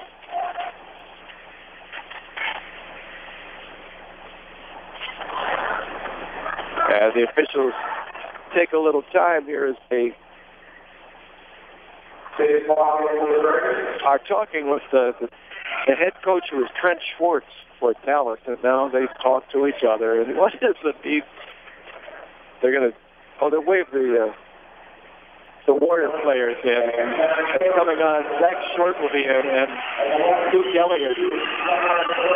So the Warriors do get those two into the game to be on the floor for the last 9 seconds, and Skyler Garber finally has the ball in his hands to shoot 2. As the Warriors will close out a win here, and he hit. I didn't want to put the Fitz kibosh on him, but in the junior varsity, there's several players on the JV who can really shoot the free throw. And he's one of them. He is.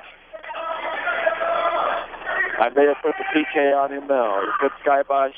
You did. Just a second. Spoke too soon. That's your fault there.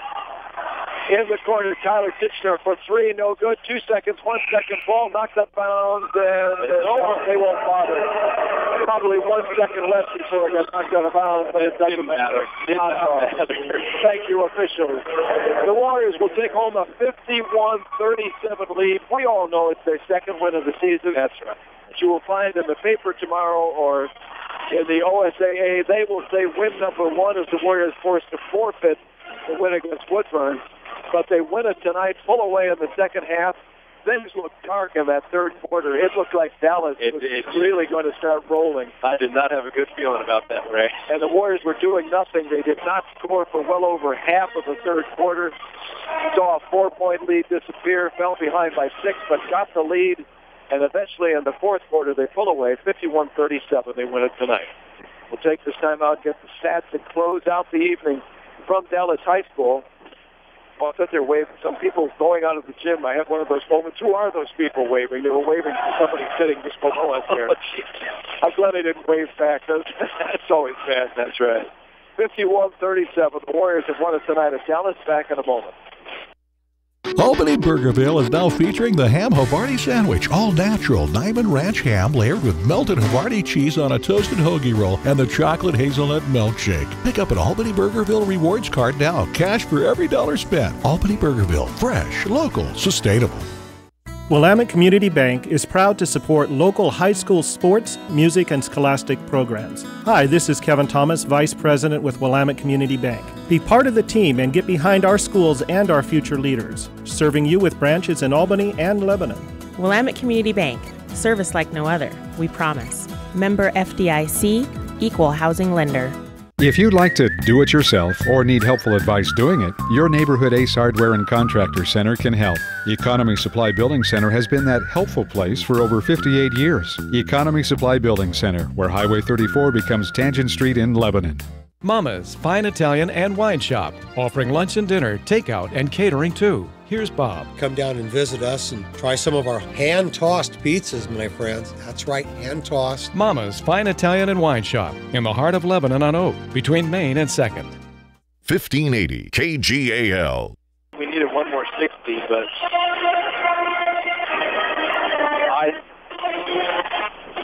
I think we're back here on the KGAL. You have to excuse us. For whatever reason, though, we use our phone system tonight. Really can't hear those spots playing and the band playing here, but we are back. 51-37. Warriors win tonight. Have you finished the counting, stat man? Yes, I have. By the way, West Albany losing by 18 points to Silverton tonight. That's a really in-your-face win for Silverton. It really is. I mean, West Albany was not the second best in the conference. That was Crescent Valley with one conference loss, but West was considered one of the top teams. I think they were sixth in the OSAA ranking. So that's a big win for Silverton. And like you said, like an in-your-face, hey, we beat you by 18 on our floor, and we beat you by 10 earlier on your floor. I'm surprised that they lose by 18 points, but it certainly says that Silverton, they are the dominant team. Yeah. We'll see how their matchup against Crescent Valley goes, but I would still think Silverton will be the team. They were certainly one of the ones that were thought to be the best in the league, and they've shown it. Yes. Probably will when the season is done. Warriors now, 51-37, get their first win of the season. It's too bad they were tied, Dallas, in the standings with 2 wins. And they would have been tied with, well, depending on what happened with South and Woodburn tonight also, they would have all had 2 wins. Actually, Woodburn only would have had 1, so they would have been ahead of them. Yeah. So when you look at the standings, they are still in the basement, and that's a misfortune, but we know that they have the 2 wins in the season. And you got to look, they still have winnable games left. They play South at home. They still go back to Woodburn. So I mean, those are 2 winnable games. And maybe they could play Corvallis or Crescent Valley tough. They played them pretty good the first time. I remember I listened to the Crescent Valley game. They were with them for 3 quarters, right? Yeah. And then just kind of fell apart at the end. So you never know. And this has got to be confidence. This is 2 out of the last 3 that they played really well in conference. So, well, you look at the game. There was some pretty tough. Well, they got a 10-2 in the first quarter and hardly ever scored again. They hardly scored. I will say that, yes, but their defense was good all night. Yeah. That didn't ever go away. Offense, well, that's been a struggle for them really all year. I would still consider this a good win because they didn't give up when Dallas made that run in the third. The last, in the years past, we could have seen Lebanon, just quit and end up losing by 20 or something. So, well, a good win to be sure, but games against the likes of Corvallis, Crescent, need to be a little more consistent. Hey, you gotta get a win to get confidence, right? Can't argue with that either. Well, I mean, they have to be a little more confident. I know they beat Dallas, but hey, Dallas beat them the first time, so I don't know. Can't argue with that. We'll see here. How about the stats? Oh, should we, maybe I think you said we need one more timeout. Well, I'm not sure if we still need one more now or if we got it yet. So you could, well, if I said we'll take this timeout and finish up, we'll stay here. Okay. All right. So we'll good. We'll get the stats and call it a night. Good stats, really all around for the Warriors, especially at the end here in the fourth. The Warriors out-rebounded Dallas 42-37, which is really good. I remember in the first game, I talked about it with you on the drive over. Dallas out-rebounded the Warriors by 10 in that game, so the Warriors flipped it over, and they out-rebounded them here in this game by 5. Turnovers. Dallas had 20 turnovers, including 7 in that fourth quarter. The Warriors only had 17, and they only turned the ball over once in the fourth quarter. Once, Ray. Not bad at all. Let's see here. Dallas was led by Zachary Benfitz. He had 10 points tonight. Good game. John Ritchie had 8 for Dallas, and 8 brought us only 3 points. The Warriors did great. Played great defense on him all night. For the Warriors, 15 points from C.J. Hargis, including 2, 4, 6, 8, 9 of 10 at the free throw line. 9 of 10 and 15 points per season. Wow, really iced the game in that fourth quarter. He ended up hitting 2, 4, 6, 7 of 8 in that quarter. 11 points for Kendall Leopard. He had a great game. 7 points for Isaac Johnson, who hit that big 3 earlier in the fourth to give them a 6-point lead. 6 for Ian Smith. 5 for Jacob McCall. He scored the first 5 of the game and didn't score after that. 3 points for Josh Alley, who had a big 3 earlier. Tim Maddox had 4. 1 point for Skylar Garber, 1 of 2 at the line. Speaking of free throws, Dallas was 11 of 20 at the line here tonight. And the Warriors, you want to take a guess at what the Warriors were from the free throw line? About 21 shots they were missing earlier. He was 7 to 9. I'm going to go 14. 14 to 21. 14 to 21. Well, they actually attempted 36 free throws. Why do they even bother with all that? They did make 22 of them. 22 of 36. So you were close at that, but I know they took a lot of shots, but I was trying to think quickly. How many? I know I put you on the spot a little bit. 20 sounds like a lot of shots. I'll go with 20. 36. 22 of 36. Oh, my God. That's a great night at the line for the Warriors, though. And how many shots total in the fourth quarter and from the free throw line? Oh, boy. TJ was 7 of 8 himself. Tim Maddox had 4. Skylar Garber had a couple. Kendall Lippert missed some, hit some. 16 of 22 in the fourth quarter. Isaac Johnson hit some for the free throw line. So 16 of 22 in the fourth quarter. Yeah. 36 for the game. That's not bad. That's what I was thinking of. That's it. I was thinking of the fourth quarter. That's right. That really went their way at the end as Dallas was forced to foul. One of the key things in the game was truly it was a non-call, and it was to the benefit of the Warriors. It was something that would really upset us if they went the other way. The Warriors led by 3, and C.J. Hargis on a screen knocked down Hayden Broadus, who is bigger than C.J. C.J. is compactly built, but not very tall or sizable. Broadus is taller and built wider, but C.J. knocked him down on the screen, ran right into him. There was no call. The Warriors managed to swing the ball to Isaac Johnson, who was open. I think Dallas may have even thought that there was going to be a call when Broadus hit the floor, and Johnson was open, and he took a long three outside that three-point arc by several feet. That was a big shot at the time. And he hit it, and the Warriors' lead was 6. And not only did it give the lead, a key lead, a 2-possession lead, at least perhaps 3 to the Warriors, the shot should have been called off by a foul, and I think that really emotionally upset Dallas because you could see that they were angry. The crowd kind of gasped and wanted a call. Yeah. And it seemed to affect Hayden Broadus in particular, who committed fouls and did some silly things because he was upset. Seemed to want to take it out on C.J. Hargis, fouled C.J. a couple of times afterward. So it really was a turning point in the game, and I think truthfully, if you watched the game or saw a replay of it, it was a call that should have been made and was not, and that went to the Warriors' benefit and turned the game, truly. Well, during all sports, really, but especially basketball, there could be 1 or 2 momentum calls that go your way or don't go your way. Fortunately for the Warriors, it went their way tonight, and, Dallas, like you said, was really affected by it, I think, so especially Hayden Broadus, which you can't do in basketball. You can't let your emotions run so high on the court, especially after a bad call or what you think is a bad call, because then you end up fouling and doing stupid things on the court. So it definitely was to the Warriors' advantage for 2 reasons, because they missed the call, so that was the first thing, and then they got the 3 that extended the lead to 6, and really that's all they needed. Boy, that was huge, and he was well outside the arc. He was. I think he was open because Dallas kind of stood still thinking the play was going to stop. He hit that shot. The Warriors go to a big victory tonight here at Dallas High School. Next up for them, West. It will be West. West will be angry at their 18-point embarrassment tonight at the hands of Silverton. And West will come in for the first of 4 games, right? 4 in a row consecutive. Yes. West, Corvallis. And then the next week Crescent Valley in South, but I don't know the order of those 2. Crescent Valley and South. Right? Yeah, I don't know if it's South first or not, but yeah. And we'll see what happens. The Warriors 4 home games, and we'll see what happens against West on Tuesday. Now we're into the Tuesday-Friday schedule. Don't forget tomorrow the Ducks, who were embarrassed the other night by Stanford. Stanford's the team that knocked the football team probably out of the national championship game, knocked the Ducks out of an unbeaten season in the Pac-12. Big win. Was it like 76-52, 24-point win? It was big, and they led pretty much the whole game. Ducks try to rebound tomorrow against Cal. Let's see, that's 1:30, a 1:30 game, and the pregame at 1 o'clock here on KGAL. Also, Sunday, if you're tired of sitting and watching the TV, I know the TV is a big draw for the Super Bowl, but if you're around town or want to keep working and listen to the game, it's on the radio right here on KGAL.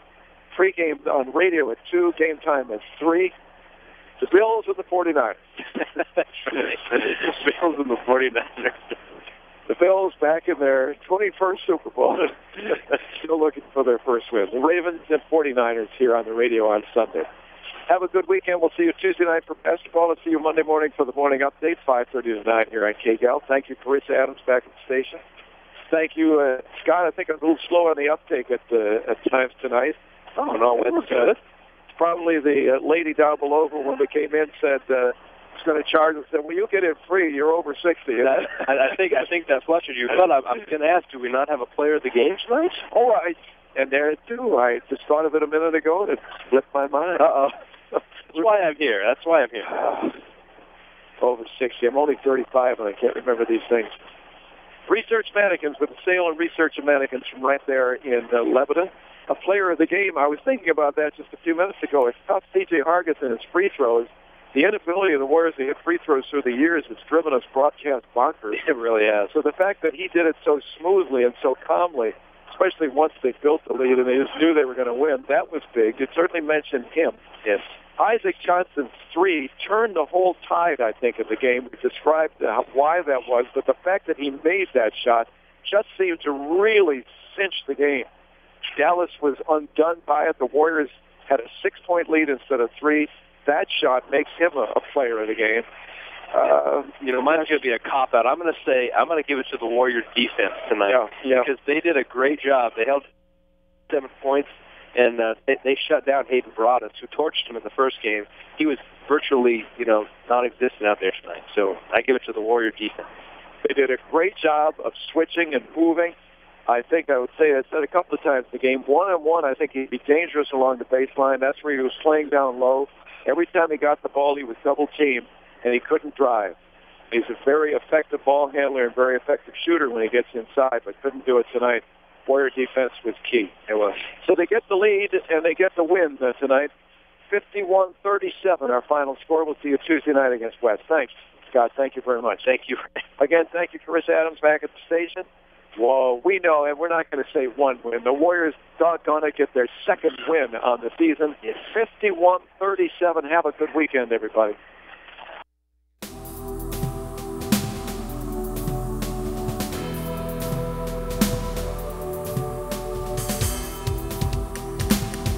Thanks for listening to tonight's broadcast of Lebanon High School Sports on 1580 KGAL.